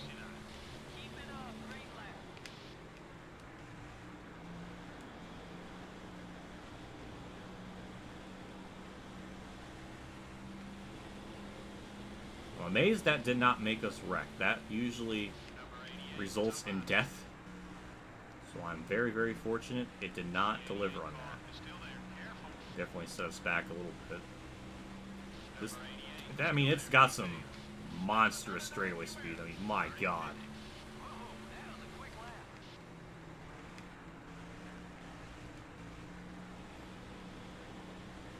I'm glad I lowered the 4th gear just that one click, just to kind of keep us in that safe zone before we get too close to that red line. So happy we did that. Don't want to get too close to that line because it can make you bounce around, so try and be careful with that. Luckily I can go off the track a little bit to try to make the pass because they're just going to keep throwing some blocks on me, so it's always good. Up to 29. So I'm predicting around lap 60 is when we'll get the lead, somewhere between 61 and 69. And that will definitely indeed be very nice, so looking forward to that. Seeing if that comes to fruition. Somebody's blown up. And that looked like Bobby Labonte. He couldn't even get down to pit road. That is Bobby Labonte, so mega rip to him. Oh, Terry. I'm having like the worst angles in the one, but the car is actually good enough to where it sticks to a certain degree. So I'll happily take it.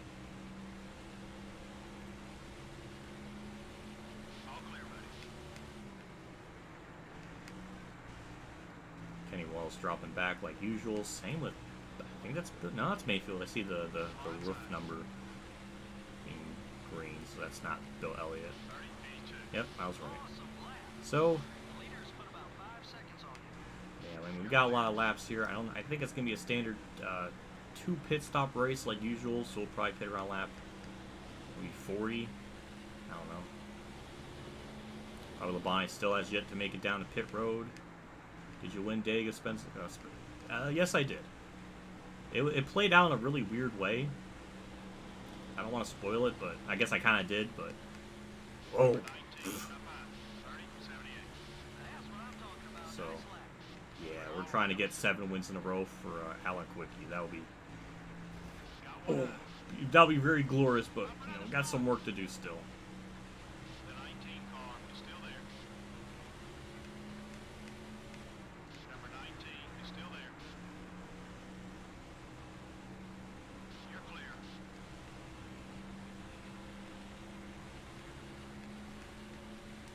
31, however. You're a little off the pace. Just 6 seconds separates you and the leader. Oh, interesting. Jerry Nadeau again is in an alternate paint scheme. It's the same paint scheme he was running at Talladega. So interesting. Very rarely does an AI driver run like the same alternate paint scheme twice. So The 30 car is up high. I find that very interesting. Still there. Oh yeah, great pass, buddy. 30, 59. Good lap. Keep hitting those marks. As expected, Dale Jarrett's moving up through the field. Same like with me. He was start like 38th, 30, very far back.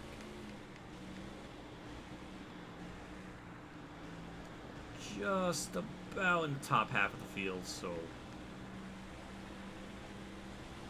should start to get a little bit tougher. Oh, once we get by Terry Labonte here, then we'll probably start getting into a little bit faster cars. Okay, time to go. The leader is about 6 seconds ahead. All clear, buddy. I'm sure Dale Jr. is still leading, just stinking up the show. Not having any interesting fellow up there. It's kind of the usual. Number 99 is still there. Ugh, that was an awful corner.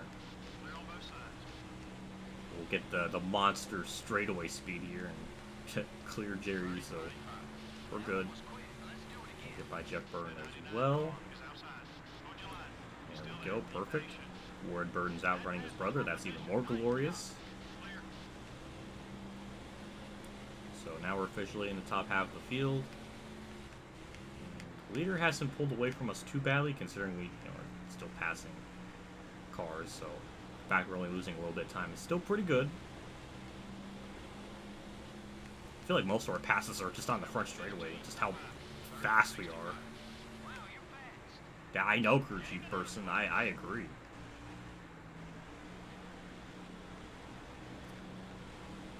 It's McMurray's 16th. Hey, Johnny Benson's 14th. That's pretty cool. And no, we'll probably get by McMurray here. I would try the outside, but I don't trust myself, so I'm just gonna stay at the bottom. You're flying out there. There we go. Number 42. It's up high. Still there. The 42 car is still there. Number 42 is coming up quick. You're clear.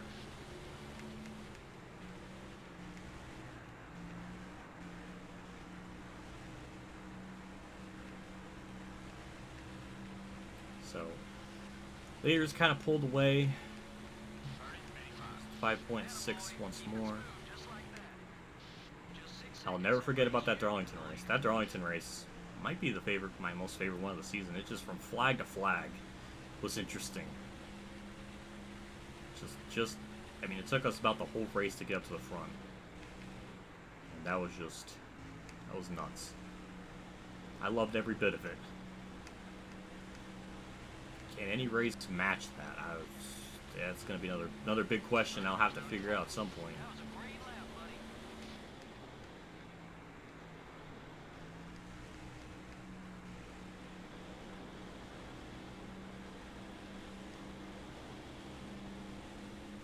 buddy. Of course, Rusty would block. Why would I expect anything less?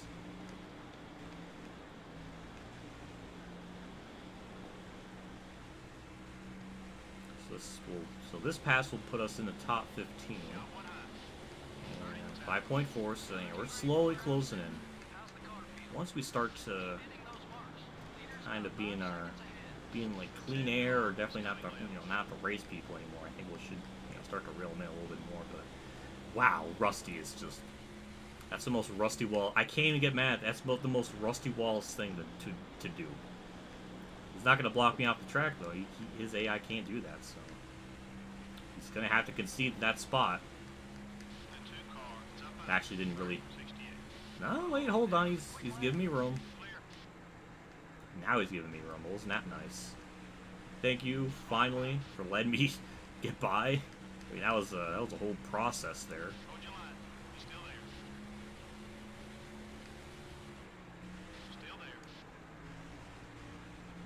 Looks like Kurt's moving up through the field. I think he's 13.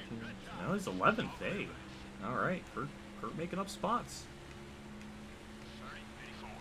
Remember when Dale Jr. had that big lead? Well, somebody's in second starting to reel him in, or maybe he was close to him all along. I don't really know.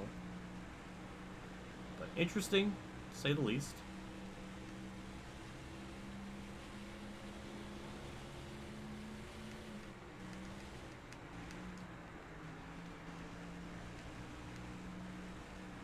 So it looks like we may have to pit every 55 laps, maybe. We're almost halfway on fuel. Only 20, not really halfway, but it's kind of guessing here.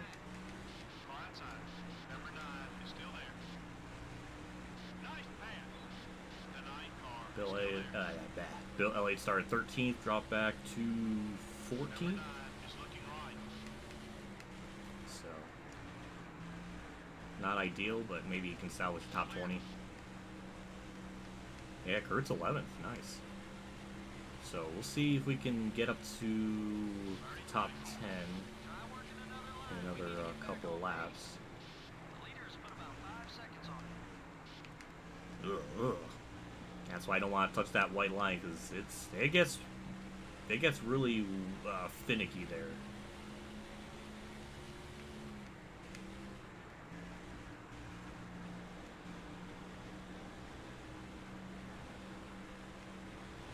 I felt like a little bit of arrow push, but I'm not sure if it was. 5.2. Now it's starting to get a little bit tougher to make these passes. It doesn't help that they block like crazy. As I say that, then Kurt doesn't, so it's really nice of him. Thank you. He knows.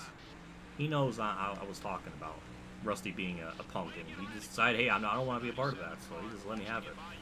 He put himself in the wall. Wow, that's really depressing. Just kind of just taking our time here. Other than the Dale Jarrett incident around lap 2 or 3, I mean, it was lap 3, I remember.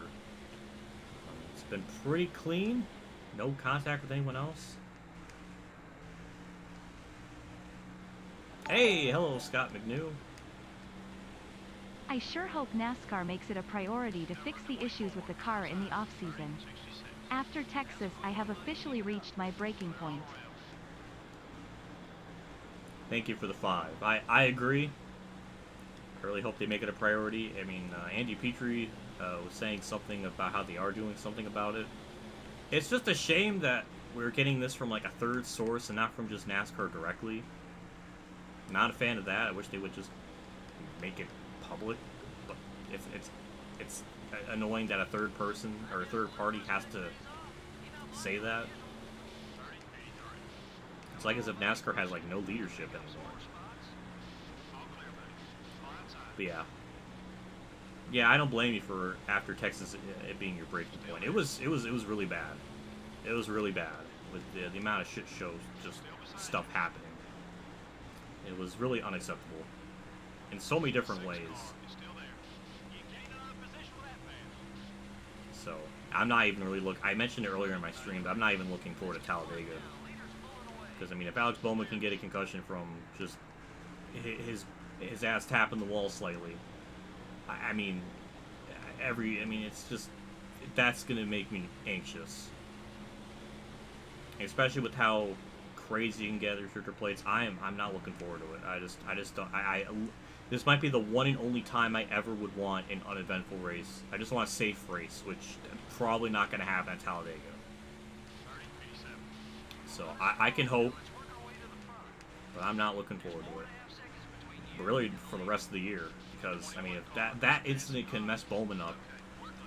Same with Truex. Truex was complaining about that type of hit too earlier in the race, because he had that same similar hit. But then, I don't know. So I'm not looking forward to it. I'm really only going to be watching it because I'm going to have to do a review on it, and I kind of have to do that, so I'm kind of in a bind. But yeah, I guess that's my thoughts. I kind of went into, I mentioned earlier in my stream too, if you want to, I don't know at what point it's Talladega. I think it was right when I lost the draft, and it was just, when you see me and Mark working together, that's about the point I was starting to talk about it. He moved up through the field pretty nicely. 3.9 back, so we're still closing in. Car still handles really good. We're just about halfway on fuel, so it's close to making it on just one stop, but we're going to be a little bit short on that. So be around lap, I don't know exactly.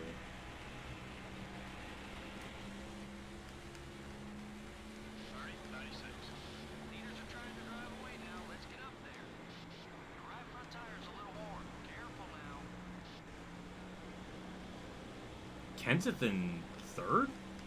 Good run for him after Talladega. He's a good run. I mean, it's not good for me because he's trying to pass Kurt in points, and that's going to really make Kurt lose a lot of points in the standings, so I kind of don't want that. I agree 100%. Unfortunately, though, I don't see it happening with today. I agree, yeah. Yeah, I don't know. I'm just not really looking forward to it.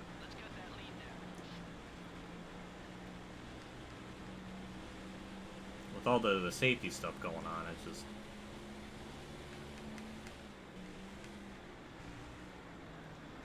It just seems like the rears of these cars just suck when it comes to contact.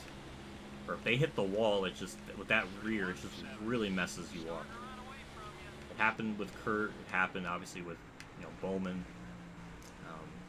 Truex was complaining about the hit being pretty severe, so something with those rear ends, they're just really bad with dispersing the energy of the damage or of the contact. We're just like, I don't know, it just... And the sad thing is, like, how was this not found in testing? Why are we why is this happening? It shouldn't have been exposed like pretty early in development. So it makes you really feel like these cars were just kind of slapdashed and rushed out the door. I don't really know why. When it comes to safety, these cars are like an F. I mean, it's almost, you'd be better just to, I mean, it's like one tier above not even wearing a seatbelt. It's almost about as bad as that. Also, we got halfway on fuel around lap 33, so I guess it was technically lap 34, but so we're pitting around lap 100 or lap 30, so lap 36, so around lap 72. So I think it is going to be a one pit stop race, I think. Around lap 70, 71, so yeah, we can make it on one stop, so that's interesting.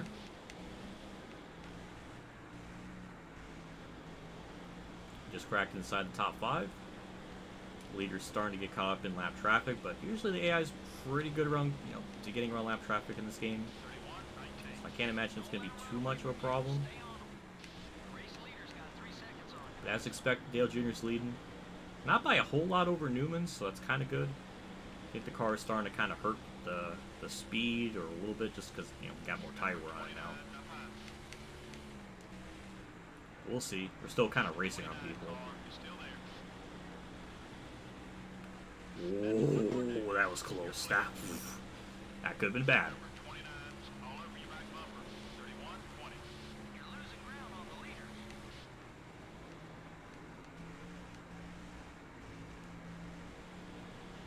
Really should have been Byron back to. Should have been because Byron backed it in during a test. I believe Fontana, I do believe he said he was hurting after that. Yeah, it's just sad. I just don't understand how you can do all this sort of testing and, I don't know, just not figure out some of this stuff. We should be figuring this stuff out as the season's going along. Like as crappy as the COT may have looked, it at least, did its job in terms of, making drivers safe. I mean, I know there was some issues with the foam panels, catching fire and stuff. But as far as I can recall, that was the only thing that was a problem with it. The safety of of it wasn't the problem. So I don't know. It's just amazing that we can go through so much of this testing and I don't know, just not find this out. We should like I was saying, we should be discovering these issues as the season's going along. That's the driver should literally not be the real life crash test dummies. That's just absurd. As far as safety with these cars and how it's all been approached, it's about an F. Finally got around Matt Kenseth. 2.6 seconds back. Let's see if we can run down Dale Jr. I think we can. I was predicting around lap 60 or 61 to 69 is where I'm going to get the lead. Still it's possible.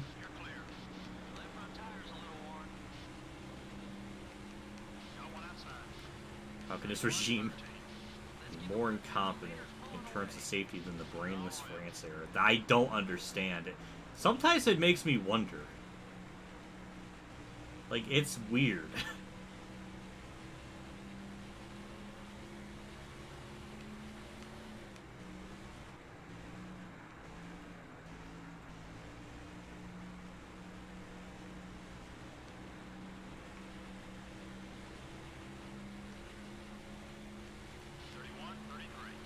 .2. So yeah, we're closing in. I don't know if that was because of lap traffic or what, but we gotta get around Newman first, and that might be a pain. Car's definitely starting to fall off a little bit, but it doesn't feel too bad. I don't know, we'll have to look at the lap times to kind of see just how much the fall off is. I know we're going through the corners a little bit slower. So 30.5 was our best lap, and oh damn, 7/10 of a second off. Alright, so I don't know how big of a fall off that is compared to other tracks in this game, but it's somewhat decent.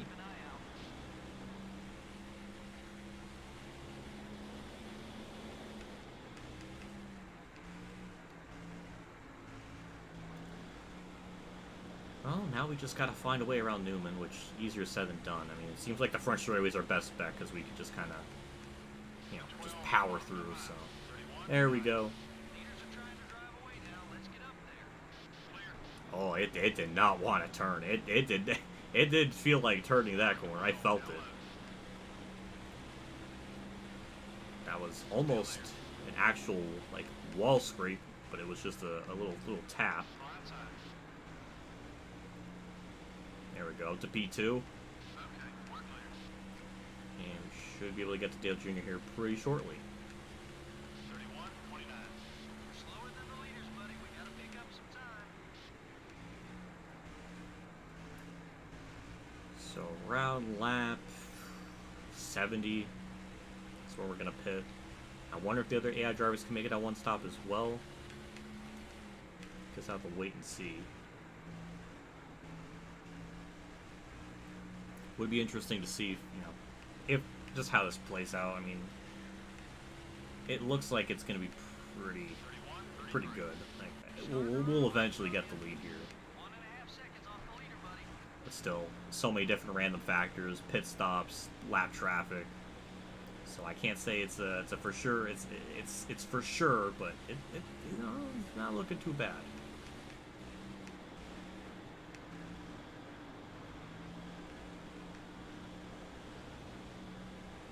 Oh, hello, Biffle. Goodbye, Biffle.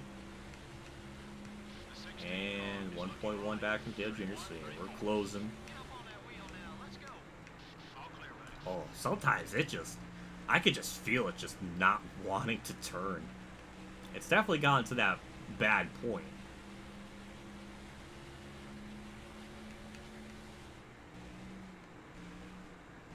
Just gotta be a little more careful.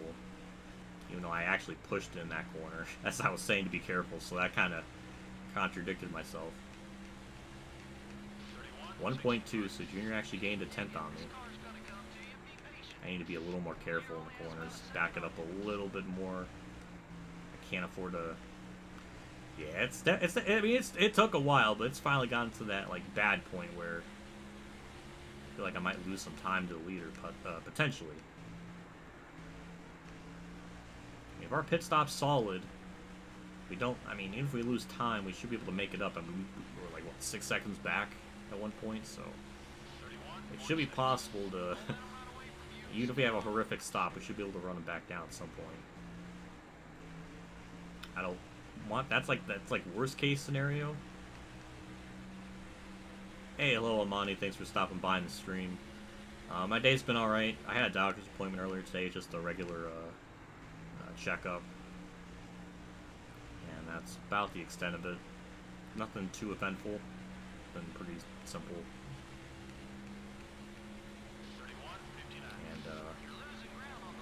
I'm not losing ground. Stop with the fake news. I gained like a 10th that lap.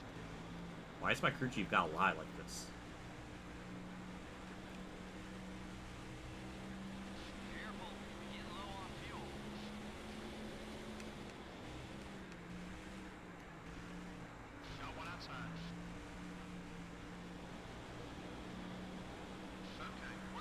Well, we're gonna pass Hermie Sauer on the outside. I wasn't planning that. We're going to be fast enough to get by him, so that's no problem.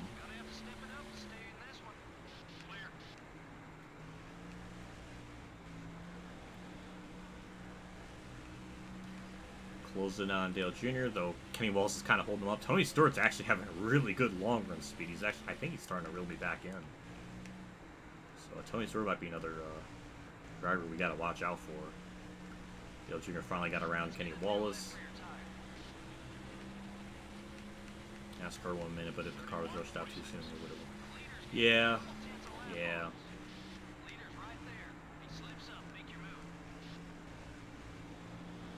It's a mess.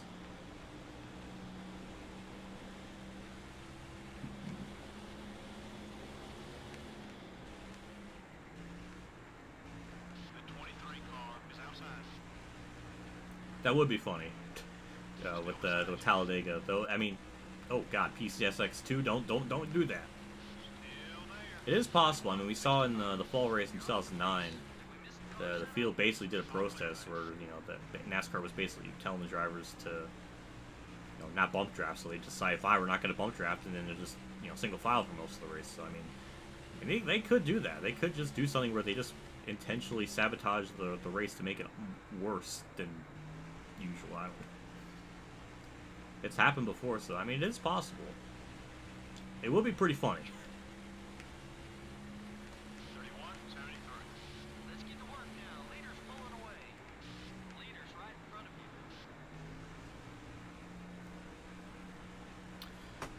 The amount of money I've spent these past 2 weeks is absolutely absurd, and I still need to buy a few more things. Well, I'm sorry, Phantom.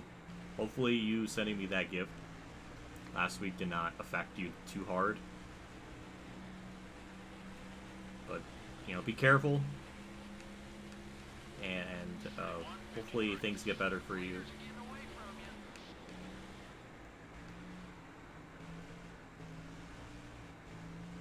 How did doctor's appointment go? It was fine. I mean, it's just the standard doctor's appointment. They just took my blood pressure. They weighed me, asked me how I was doing. Am I still taking the same prescriptions? Do I need any changes? It was pretty standard stuff. 31:87. Time to go. Let's get on it. We're right there. Let's see if we can lead this thing. Oh my god. Holy Christ. Phantom, oh my, that's a lot. That's a lot. Damn. That's not even counting what, oh, okay. I guess that's good to know, but yeah, that's, yikes. Well, best of luck. I hope your situation's alright. 31:7. Leaders are trying to drive away now. Let's get up there.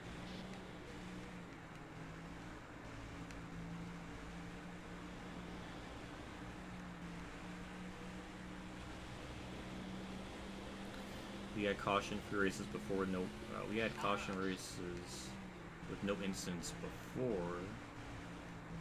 So all we have to do is have them recreate the 2001 spring race, and we're all good. I mean, technically yes.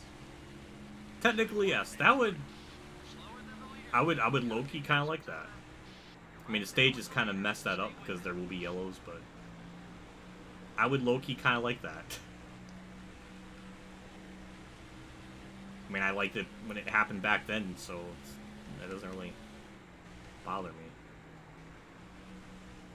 Also, we're right there to Dale Jr., but our car has gotten really bad, so I can't really make the pass. So it looks like my prediction's almost going to be kind of right, maybe even a little bit wrong.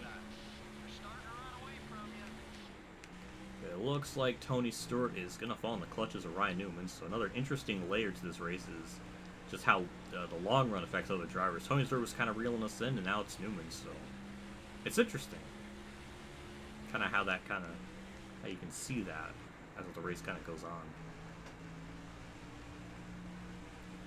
Hey, hello Mark Harmon, thanks for stopping by in the stream. Always happy to see you in chat, so thanks for stopping by. 31:7. Get up on that wheel now. Let's go.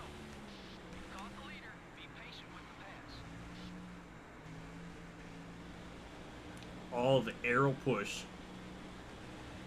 Luckily, that could have been so much worse.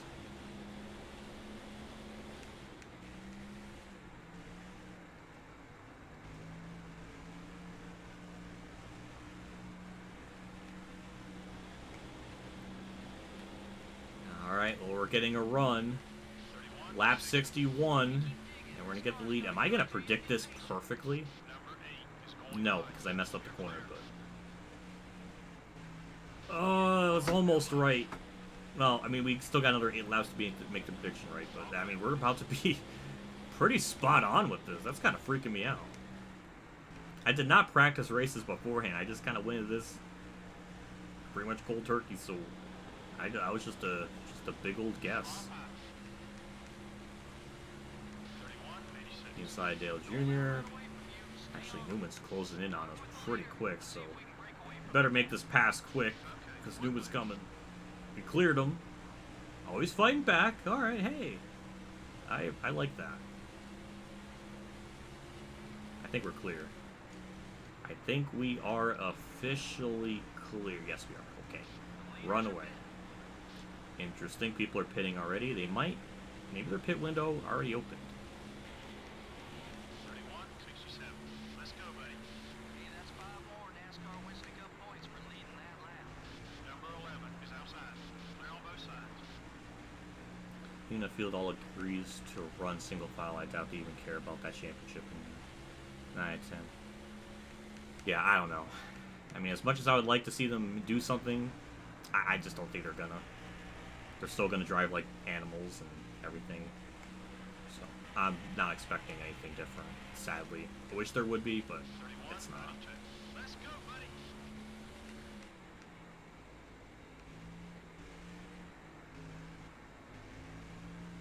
Do you HF 09. No. I don't have any problems with them.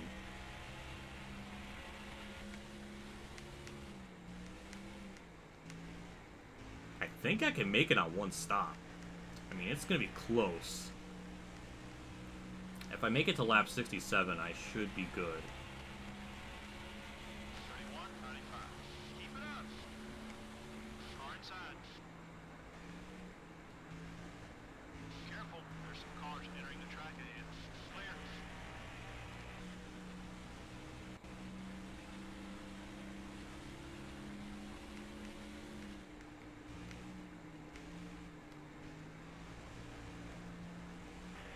Some of the leaders are coming in together. Boy, it's... 32, 0. You're the man. We're gonna have to pit this lap, so... I mean, we're gonna be about a lap short when it comes to fuel. Got one down. Huh. Coming up on a car exiting pit road. That's Be interesting. careful. Okay, we're clear. So we'll be running out of fuel like off turn 4 going to the white flag then. Car up high. I don't know. I don't know. I don't think we can make it on one stop. I wish I could.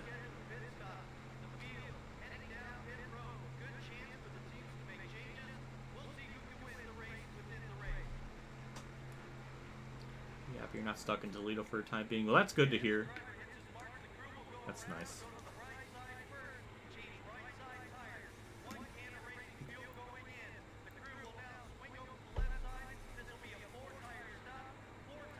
I don't want to think about any driver getting hurt. So, hopefully none of that happens. Watch the guys on the track. Clear on both sides. The 25 car, it's up high. Number 25 is still there. The 25 car is still there. Number 25 is still there. Clear all around.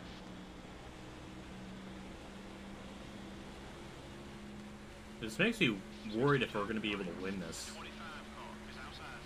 Unless I could somehow save fuel, but this game's not really great at saving fuel, so I don't know if that's even possible. Still there.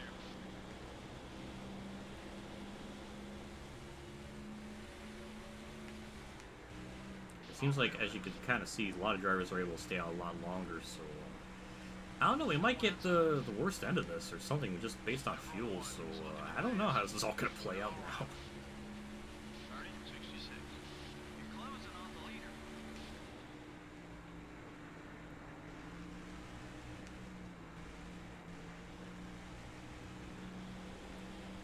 I don't know, we'll have to wait and see how this plays out, but it looks like we're about to cycle... I don't even know. Top 5?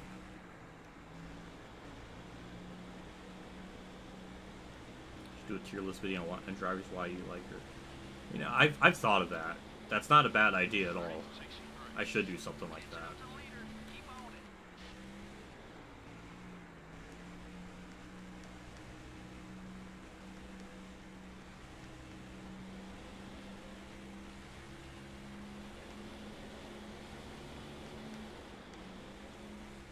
Car outside. I can save just fuel just fine. Xbox. Hey, hello Dale. Thanks for tuning in. Lurking in the shadows, or maybe you just got here at the perfect time. That was your best lap of the day. Yeah, damn you and your Xbox for having so much great features, like 60 frames and the triggers for the gas and brake. That was glorious. So after the pit cycle, it looks, yeah, I mean, we lost a lot of time. 6.3 seconds. We had about a 1.2 second lead before we pitted, so yeah, we lost a lot of time. Time to go. The leader is about 6 seconds ahead. Yeah, I don't know how this is all going to play out. I don't know who's going to be able to pit, who's going to be able to stay out. It's going to be hard to say. I like to think we can maybe just coast. No. No. I want this to play out. 31-13.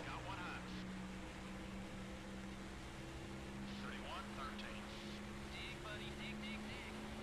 Okay, we're clear. Far high.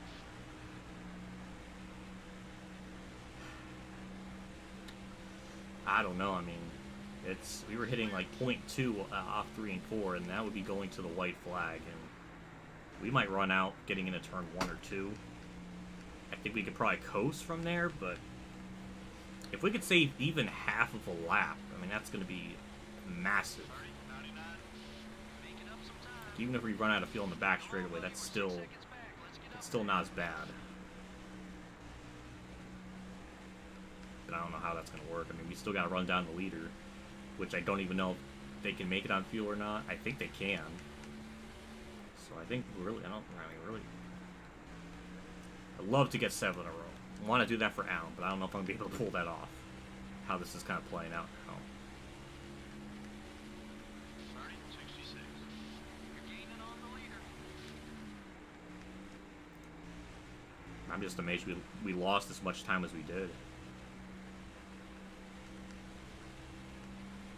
You think we'll win the championship? It's hard to say. I mean, because this season's been so random with stuff.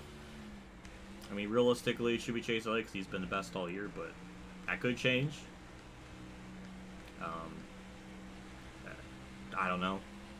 But it really could be just anyone, it feels like, with how random it is this year. Faster than the leader. Let's get up there. Just 6 seconds separates you and the leader.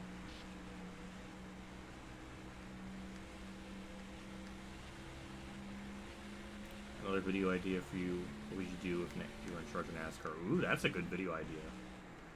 I've thought of something like that. Oh. That'll be a that's a good idea. I would be. I feel like I've discussed that on stream a couple of times of what I would like to do.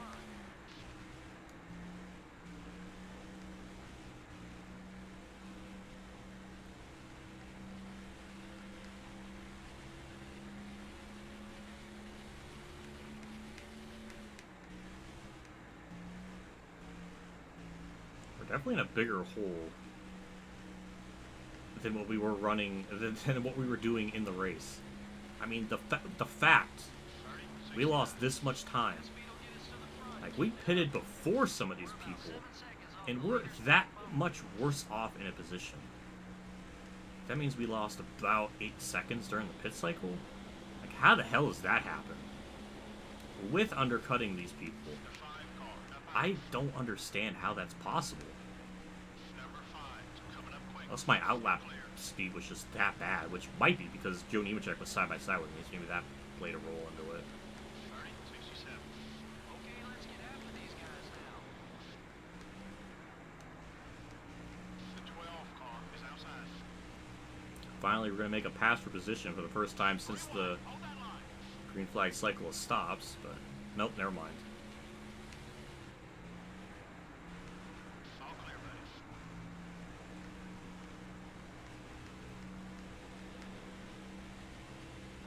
I wouldn't say NASCAR favored Jimmy Johnson. In fact, they probably didn't, considering that. Oh my god, an organic yellow! What? Kenseth! Oh, Gordon! Oh, Rudd just launched him! Oh, Dale Reynolds! Oh, don't look! Oh, that's brutal. Oh, how did that even happen? Gordon just got launched! Well, I'm pitting, because I know I can't make enough fuel. I don't know what these guys are going to do, but... Hey, some of them are pitting. Interesting. Well, this just throws another layer into this race. We'll pause the game and look at stuff afterwards, but what in the absolute hell just happened? Kenseth just wrecked, and then Rudd and Gordon just died. I don't understand how that... How did that even... I guess it was just like a random, like, AI yellow that he just spun. Wow. That was... Well, I mean, the Gen 4 cars are safer than Gen 7, so I think Gordon's fine. So I don't think we got to worry about that. If that was the Gen 7 car, there would have been like 3 fatalities right there.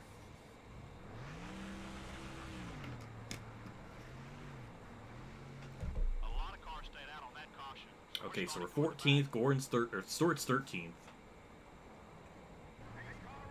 We're going to pause the game. We're going to look at some stuff here. Kurt Busch 6th. I like to see that. Dale Jr. led 63 laps. We only led about 20. I'm not sure. 10 maybe? Okay, 5. So, there are currently... Oh my. So, technically 19 cars on lead lap. 20th on back are side by side with the leader. So, that's kind of a mess. Yeah, so we only got 22 on lead lap. A lot of cars a lap down. But luckily it was well after the pit cycle. Dale Jarrett stuck 20... Oh boy, what a bad day for Dale Jarrett. And Johnny Benson, hey, he's 17th. He's still on lead lap. Mark Martin, 16th. What a weird circumstance. Luckily Dale was not here to witness that, because that was bad. Alright, well, we got fresh tires in the rest of the field. I guess the other drivers are able to make it on fuels. I don't know, but... Anyways, we'll resume. I just have to assess the situation. Put me in third gear. That's just awful. And there goes more spots. Can we get to the inside? Yes, we can. Well, we got fresh tires. Now we can make it to the end. That caution kind of saved me because I think we would have had a pit there. And I don't know where that was going to cycle us out. So, yeah, thanks to Kenseth. Our race is saved. We might have more debris yellows too, so that's also a possibility. So I don't know. The race has kind of got flipped on its head, but now we got some ground to make up because we're 12th. We got so many lap cars and lead lap cars to pass.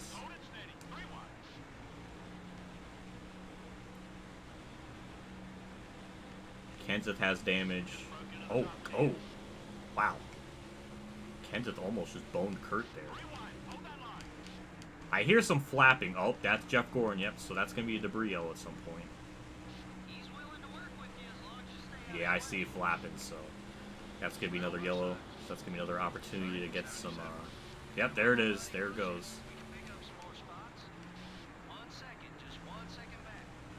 Alright, well, we're looking pretty good for this one. We're going to get lucky with a bunch of these yellows. Dale Jr. is ahead of everyone, so no one's going to get the lucky dog, or well, not lucky dog, wave around, or get back on lead lap. That's going to put us up to 6th? 5th, maybe? I'll take 6th, alright. That's not, alright. Oh, I saw a debris. That could have cut my tire down under the pit sequence, or the caution sequence, so, yeah. Jeff Gordon having a rough day. Well, I mean, he's still 8th, so I guess he's still technically having a good day. But yeah, that's some big time debris. That might be the last yellow. So I don't think there's any other cars that had major debris. We're gonna stay out. There's our point situation. Kurt's still 9th. Kenseth now 10th, 106 back. So that's concerning. Put me in third gear again. And there goes our starting speed. Dale Jr. is actually going to get passed by Rusty. So interesting to see. I guess we'll see if Ricky Rudd has damage, but I don't hear any flapping, so I think he's going to be good.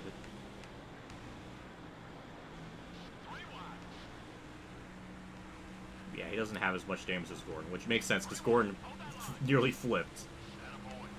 It's weird to see the AI just wreck themselves like that. I mean, that cuts some laps out of the race, so that's good. We're up to 4th. We got some track position. I know our car is pretty good, so we should be able to get the lead here pretty shortly. I don't know if that's Harvick leading or it's Dale Jr. leading. I beat Morgan Shepherd in roller skate. Hell no. Can't really roller skate, so I don't think I'm really qualified. Okay, so Harvick is the leader. Good to know. We've got 31 laps to go. We're well good on fuel.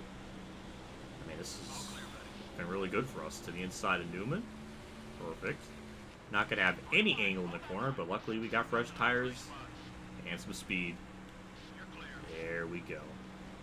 It looks like the game has benefited me today. It saved me. That yellow really saved my race because I was not going to be able to make that on one stop. Maybe, I mean, I might have been able to save something and maybe just coast to the line, but I don't know if that would have been enough for me to win.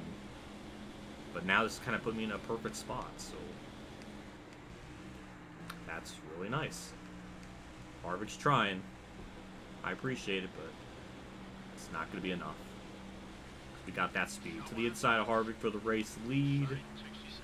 Just got to make sure we nail turns 1 and 2. And I didn't really nail the corner as good as I would want to. However, no, we're still not clear. Still not clear.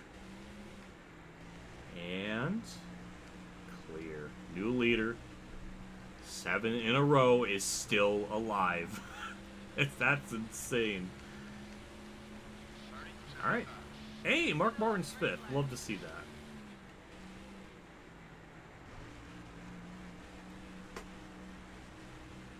Well, now we'll see if we, how many cars we can lap before the end of the race. It looked like Dale Jr. put a number on the field before that yellow came out, so I don't think I can match that or get close to it, but you know, it'll be interesting to see. It might take us almost the rest of the race to even get to that point. But we're going to build up a good gap. We'll be fine. We'll be fine. Well, don't know what else to really talk about.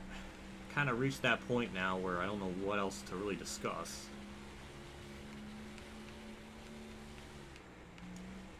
Truck races this weekend. I mean, all 3 series have racing, so I mean, it's gonna be a shit show, a shit-tastic weekend of varying proportions, so that will be interesting to witness. I can't imagine it's gonna be clean. It's gonna be a disaster. So that's gonna be fun. But will we get a shit show plus a yellow line rule violation? I mean, we need more. We need more just stupid shit to happen.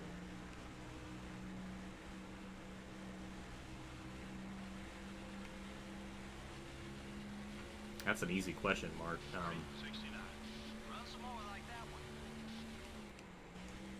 Would you want Logano to have 3 championships before he retires, or Noah Gragson finish last every race for the next 8 years? I would take Noah Gragson because he's way worse than Logano. I feel like that's just kind of how bad it is. I don't want Logano to win any more championships, so I would take Gragson finishing last for the next 8 years. Because at least in those 8 years, it's a very strong possibility Logano will probably not get another title. So that's where I would go with. Who do you like better, Sauter or Crafton?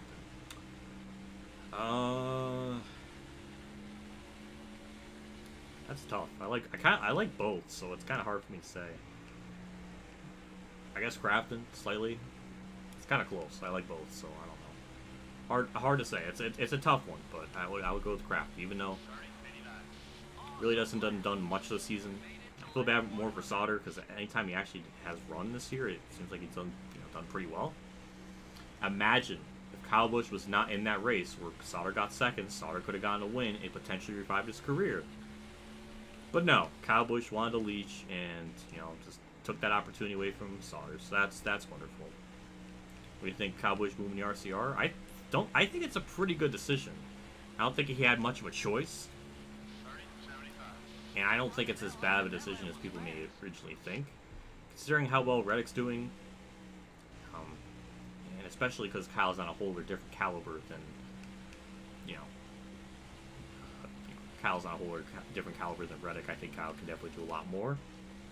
So I would love to see just how he does. I think he'll do pretty well. I just worry about the consistency of the car, because weird things always happen to that 8 car. Just a lot of bad luck stuff. So like I said in my original video, I still think Kyle can definitely get wins in that car, but I just don't know if he's going to be consistent enough, and a lot of it's going to be out of his likely out of his hands with the car. Just the reliability stuff is just something I'm worried about. I think he's an easy round of 16. I think he's an easy, like, he'll easily make it to the round of 8, no problem. But it'll be interesting to see. So I don't think it's all too bad. You're flying out there, buddy. Good job.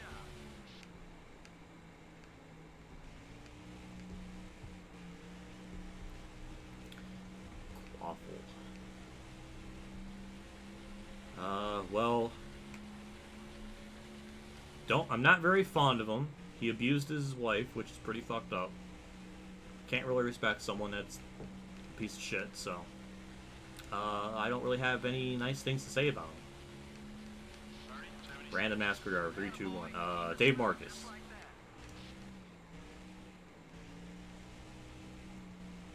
I appreciate you, chat, for bringing up some conversation points. I appreciate that. Who's better, Greg Biffle or Casey Kane? Ooh. Ooh, that's a tough one. They're pretty close. Ooh, that's a good one. Damn, I gotta think about this.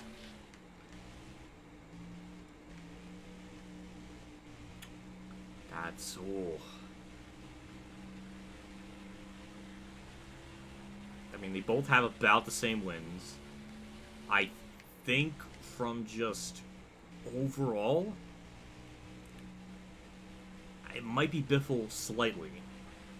Because I remember, no. Damn, that's a tough one. That's really close.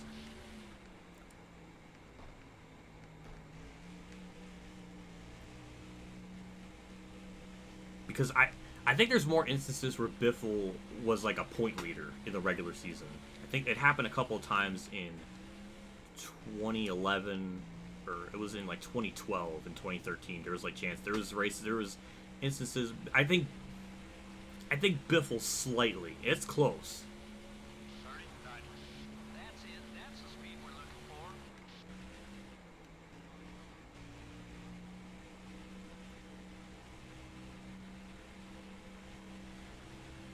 Damn, I have to look that up on Racing Reference. I think Biffle is slightly better. Just on, like... I just remember there's more instances where Biffle had a chance to be in the point lead. Kane... It's... God damn, it's close. It's... I have to look that up. See what... because that's a good one. Like, I remember in Day 500 stream, I think I mentioned the point of, like, who's better, Martin Truex Jr. or Kurt Busch. That one, really made me think, because they're both pretty close. I think in terms of just, like, the first half of their career, Kurt Busch easily, but the second half, definitely Truex. Truex felt like he was like a late bloomer of sorts, but once he became, once it got to around 2016, he was like a top, 3 driver in NASCAR for years, so he was like that for multiple seasons, so I think it's possible Truex will be slightly better, like, overall. But it's a pretty good battle. I think they're pretty close. That's a quick one, buddy. Keep it up.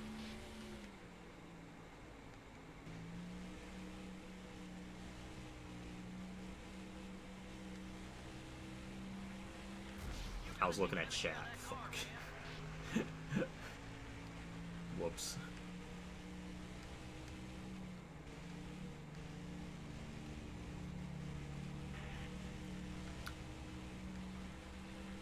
Uh-oh, another engine failure. First it was Bobby Labonte. That's Casey Mears. Well, that's sad. Oh, that's a good point, Ultimate. I didn't even think about that. Well, I don't know. The world can be shitty sometimes and people can get away with stuff, so... It could be possible that just, I don't know.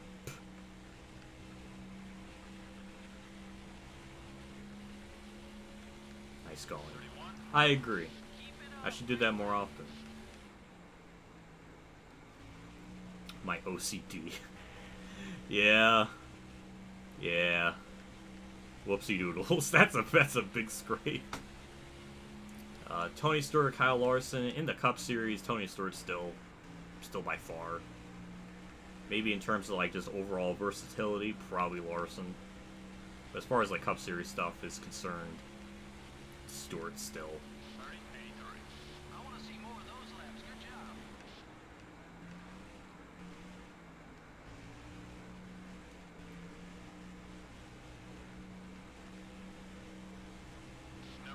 Finally hitting some lap traffic. It took us a little bit, but about 20 laps, but we're here. Still there. The 4 cars passing high. And top 5 looks like it hasn't changed all too much. Though Mark Martin's in the top 5, so that's kind of cool.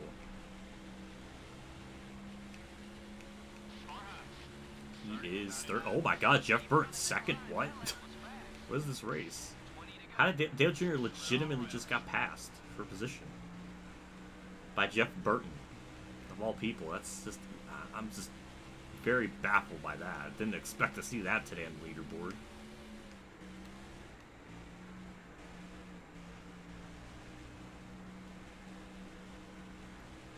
Biffle done Racing Cup. Yeah, I mean, he was still in the 50 car for a couple races this season, like early in the year. So I guess I wouldn't say Biffle's like fully retired yet or anything.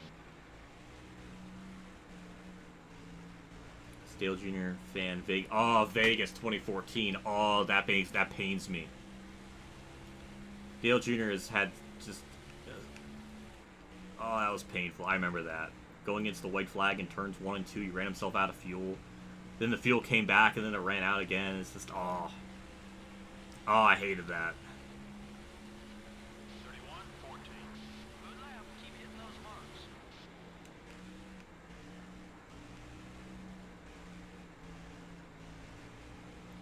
Dale Jr. always seemed to get the worst end of fuel strategy stuff. One way or another, he never really benefited from fuel strategy. I don't really ever recall him like winning a race based on like fuel strat or something like.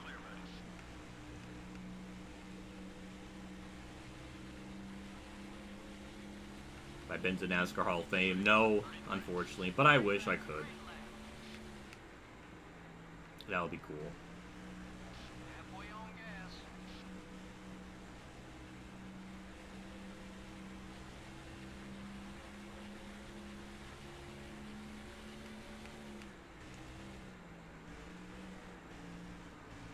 Yeah, I was heartbroken a little bit too, but I was already kind of just happy he won the 500. So, and he was already running. He got second that previous week at Phoenix, and then they went to Vegas, ended up getting I think third from that. So, or second. I don't know if he still got second, but he was still running really good like week to week. So, I was just happy he won Daytona. So it didn't hurt too bad. Like if he didn't win it all up to that point in the season, it probably would have bothered me a lot. But once he got that first win, I was like, all right, that's all right. You know, I can live with that. It didn't hurt as bad as like the 2011 Coke 600, because at that point he didn't win for 3 years in the Cup Series, and it's just, you know, that was like way worse. Ultimately, like way more devastating. 31-19. That one was quick. Let's do it again.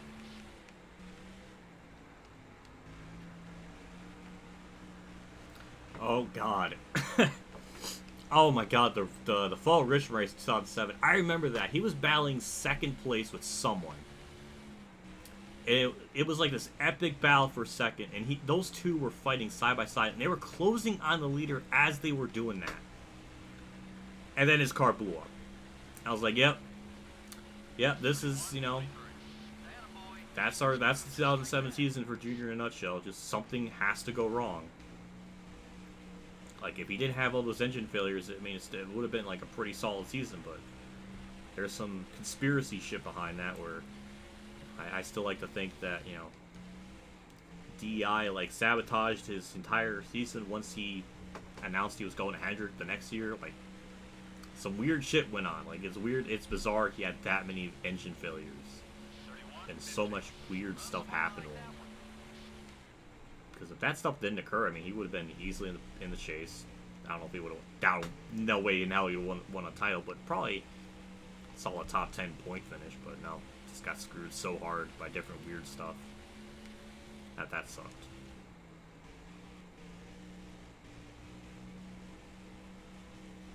Hey, hello, Wazunka. Haven't seen you in chat in a long time, so thank you for stopping by. I appreciate it.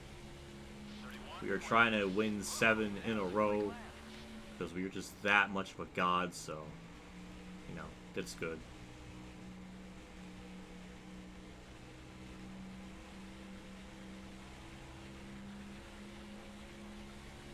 Well, Dale Jr. from the span of 2012 to 2015 was pretty good. I mean, obviously, he had his, you know, the 2-race concussion at Talladega that he was out, but up to that point, he was running like 10th in the standings. May have gotten like a top 10 points finish. 2013, he was solid. 2014 was like 2012 to 2015. He was still, you know, it was pretty good. I still think that's like his peak years after Hendrick.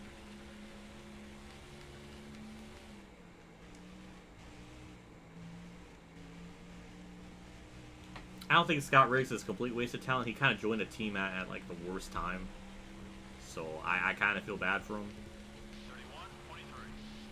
He just kind of joined at the wrong time and couldn't really, you know, how much can you know, do in that 10 car past 2004?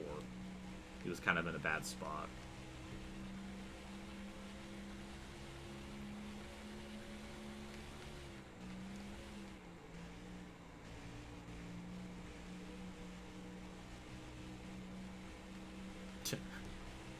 Yeah.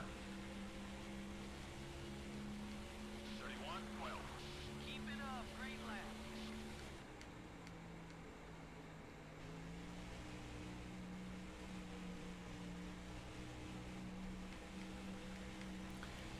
It's well, it sucks in like retrospective with the chase and the playoffs and stuff in 2014 and 15 because it really made Junior look a lot worse in the history books than really what it should be.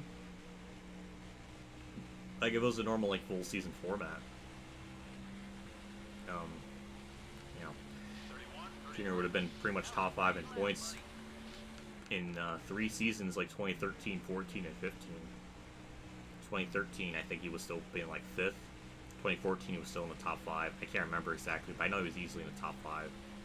Same with 2015 as well. But because of the playoffs and just like how it jumbled everything up, it put him like 11th in the standings, which is weird. And he was really like a top 5 point driver. Like those are I don't know. Would have been interesting to see like how the history of his career would have played out if he didn't get that concussion in 2016. Though, I mean, maybe people forget in 2016, but even before his concussion, like he was still kind of having a really weird season. It really on and off. Some weeks he'll be really good, some weeks he wouldn't be good, and it just wasn't that good at all. I think he still would have made the chase, but or the playoffs, but he probably would have gotten eliminated in the first round or even the second round. So I really don't think he would have gone far. It was definitely kind of a weird season.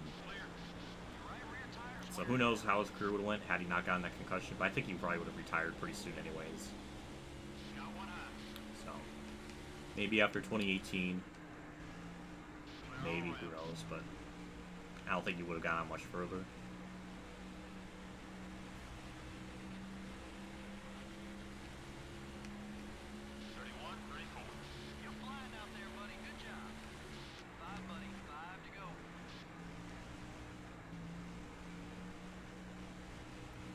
He's Mark getting close. No, he's not really getting close. Maybe he was, but I pulled away from him again, I guess, so I don't know. But we're doing fine. The 19 car up high. Okay, we're clear.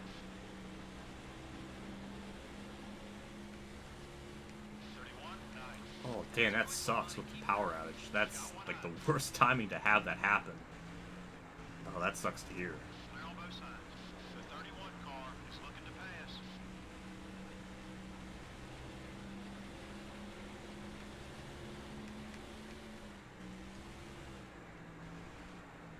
The 23 car is up high.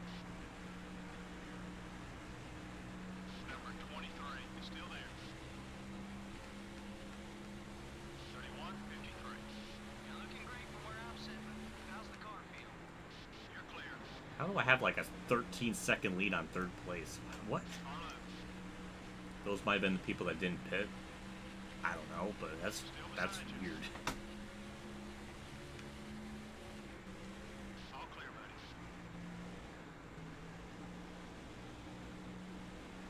Why is Kenny Walls like about trying to pass me? What? That was weird. All right, and there we're good now. 1:46. Good lap. Keep hitting those marks. 2 to go. Let's finish strong. Have I been to a NASCAR race? Yes, I have. I don't know how many times. 2 in 2014, 1 in 2015. I think I went to maybe 5 or 6. My favorite moment. The first one I went to back in 2014, Dale Jr. won at Pocono, the second Pocono race. That was pretty goddamn amazing. The second, probably most amazing one was probably seeing Kurt win in 2016. That was pretty cool. Also, white flag time at Kansas. We're gonna go 7 wins in a row. Kind of got lucky with that random yellow, but that's gonna gift wrapped us a 7-win in a row streak. 7 for Allen. I mean, that's too beautiful. Yeah, that's some good stuff. Hour and 18-minute race. Probably 6 of those minutes can be cut off for those 2 yellows. The drivers didn't spend much time behind that Pontiac pace car today. Well, that was good news to the guys who ran out front. More cautions would just have meant more restarts, which is more chances for you to lose positions. The DeVilbiss car had to work hard for the win. What an incredible race he had. That was really quite amazing to watch him fight his way to the front. That whole team deserves a lot of credit for their hard work. I agree.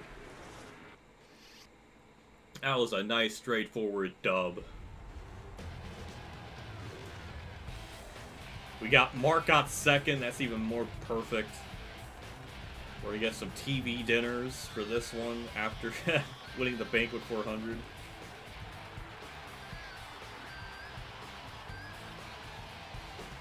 Oh, that's cool. You got to see Larson's first win and that amazing 3 wide start. That's pretty cool. Yeah, that was nuts. That was wild. That's pretty cool. You got to see that live. Would Rockingham come back to the Cup Xfinity Series? I mean, they tried the Truck Series. It didn't work out. So, I mean, I don't know if they'll ever come back.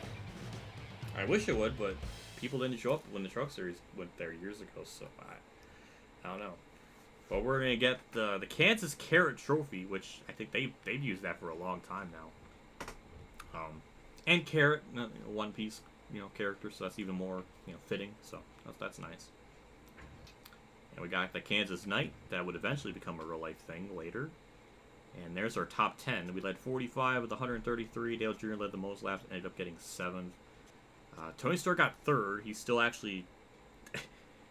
having an amazing season, but we're just winning every race, so he keeps losing points. Craven 8th, damn. Johnny Benson 9th. Jamie McMurray 10th. Gordon 11th. Hey, Kurt 12th. Nice. Started 12th, finished 12th. Kenseth got 13th. Hey, Kurt actually gained some points on Kenseth, so that's not as bad as I was thinking. Hooray. Bill Elliott 14th. And how many people are on lead lap still? 17. Ward got 17th. So, not too bad. All things considered, that was pretty good.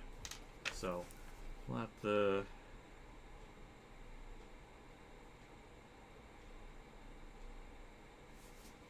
see how this kind of plays out throughout the rest of the season. But either way, I mean, that's pretty good.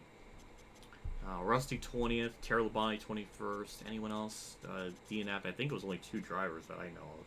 Oh, Jimmy Johnson blew up. Ooh. Wanted to do 7 for 7 wins, but here is 9.99 for 7 wins lol. Hey, thank you, Mark Harmon, for the $9.99 super chat. Thank you so much. I appreciate that a crap ton. Thank you so much. That means a lot. I appreciate it. I wanted to do 7 for 7 wins, but here is $9.99. That's a good one. I mean, at the end of next week's stream, we could potentially get 9. This is our 7th in a row. If we finish first, 2 more times. I mean, that'll be 9 in a row. And then your super chat from this week will be present next week, and then that will be this last week, and then it'll be relevant. I don't know what I'm trying to say. That's supposed to be a carrot. JC, that's what carrots look like. I don't know. I mean, maybe where I live, maybe your carrots are like rectangles, but here on my turf, that a carrot. So yeah, that's pretty good. Mark Warren got set. I mean, that's a perfect race. Couldn't even script that out any better. Kurt gets 2 top 15s. Still stays 9th in points. And obviously our point situation is still disgusting. Mark ain't the thing. If you win 2 more in a row, I will do more than $9.99. Ooh. Oh, that's even better. Oh, you better keep your word. I'm curious what you got in store for me then. Ooh. Oh, I don't know if you want to. I don't know. That makes me look forward next week then. Kurt's still 9th in the standings, way far back from Newman. Kenseth, yeah, Kurt's looking to be a lock for the top 10, hopefully. Well, maybe not. Marlon's pretty close. But hey, 3 Roush guys in the top 10. I thought that was a cane for an old man since Kansas is boring like old people. Damn, JC, that's not nice. That's not nice at all. Well, with that, we'll see if I have anything to repair for the car. I don't think so after this one. I think we got one more for the overhauls. So yeah, we don't really got anything to worry about. Not too much damage across the board, even though we smashed the wall, but durability's pretty damn good. One race on the engine dyno, so after Charlotte next week, then we'll be pretty good. So Charlotte's another race too. We could get a win, so we can get 8 in a row for sure. Hey, hello, Mark. Thanks for the Canadian $6.99. Ooh, it's pretty neat. Thank you for that. Morgan Shepherd is my lover. Well, that's good. That's good to know. Morgan Shepherd as my lover. I mean, hey, if you're into older men, this is good for you. That's pretty bad. That's not bad. I guess I don't blame you. Morgan Shepherd's a legend.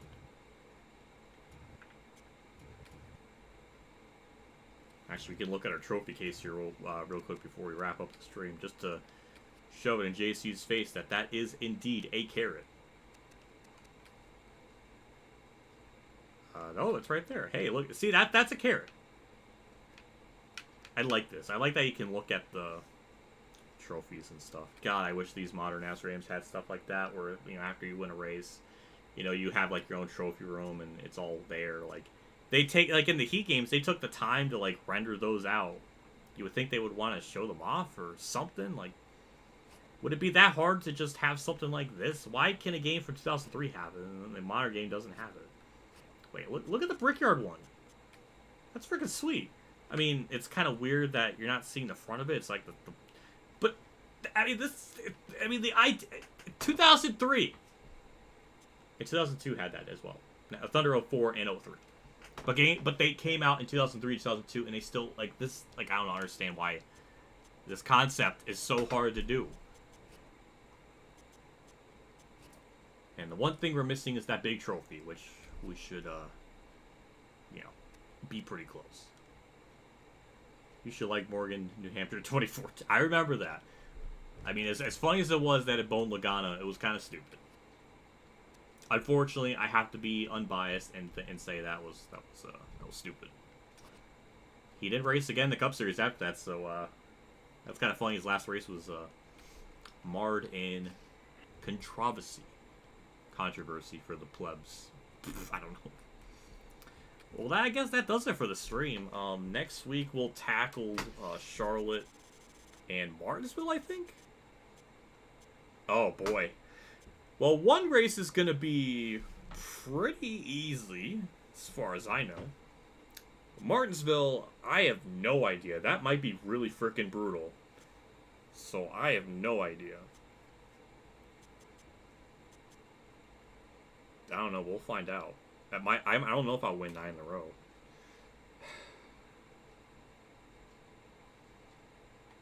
Does my money come to you Canadian? I think what it does with how YouTube does it is that it basically just converts it. So whatever $16.99 is, it'll just convert it to US money. So I don't know what that would be. 6.30, 6 something. That's my guess. YouTube does the converting itself. So like if somebody does like pounds, it'll just convert it to US dollars like the next day. I don't know what it'll do, because if like, you get a bunch of super chats, it just kind of totals into one big amount.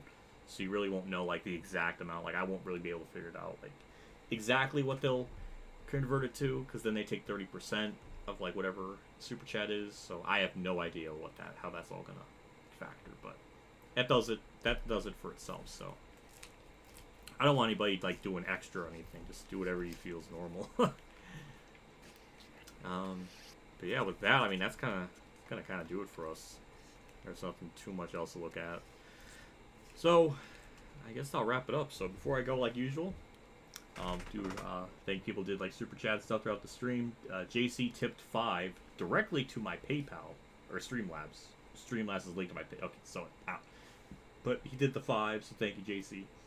Scott McNew with the 5, Mark Harmon with the $9.99, and then Mark Potter with the $6.99 Canadian. So I appreciate it. We'll try to get 9 in a row for Mark Harmon to see what he's got in store for me. I don't think that's going to happen. Martinsville is really tough in this game. So, we might have to try harder up and qualify for that. If Mark is still willing to put that up on the table, we might have to try hard for Martinsville and qualify. So, to get that 9 in a row, to see whatever this mystery amount he's got planned for me. So, yeah. With that said, I guess that'll wrap it up for me in the stream. Thanks for everybody for stopping by. There will be a NASCAR Heat Ultimate Edition Plus for tomorrow for Talladega. And then there will be maybe more World of Outlaw stuff tomorrow as well, maybe at like 5 p.m. Eastern, maybe like a championship mode or something.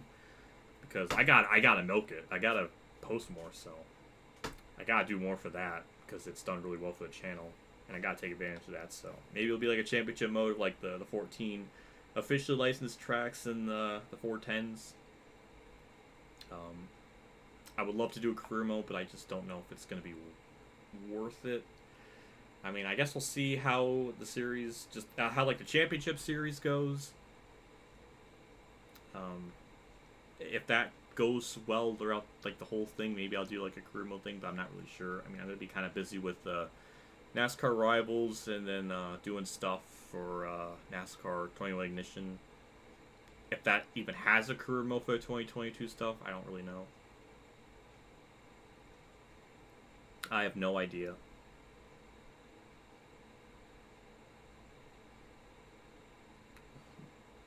Yeah, I don't know. I can't remember how that's all gonna work. I can't remember if they announced if the game's gonna have career mode for Ignition with the 2022 season or what.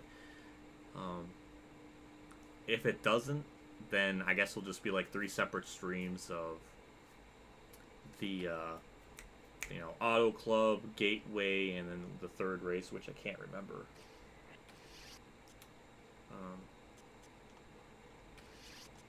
Yeah, 20 wins. That's disgusting. Our average finish is now 4.1. God damn. I don't even know what to say.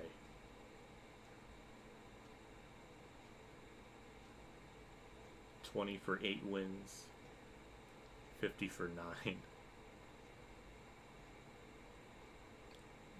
I'm looking forward to next week now to have this happen. I'm always up for getting some cash, so I'm assuming that's separate. You're not gonna do like 50 and then 20, so it's gonna be like, I'm looking forward to next week. Got some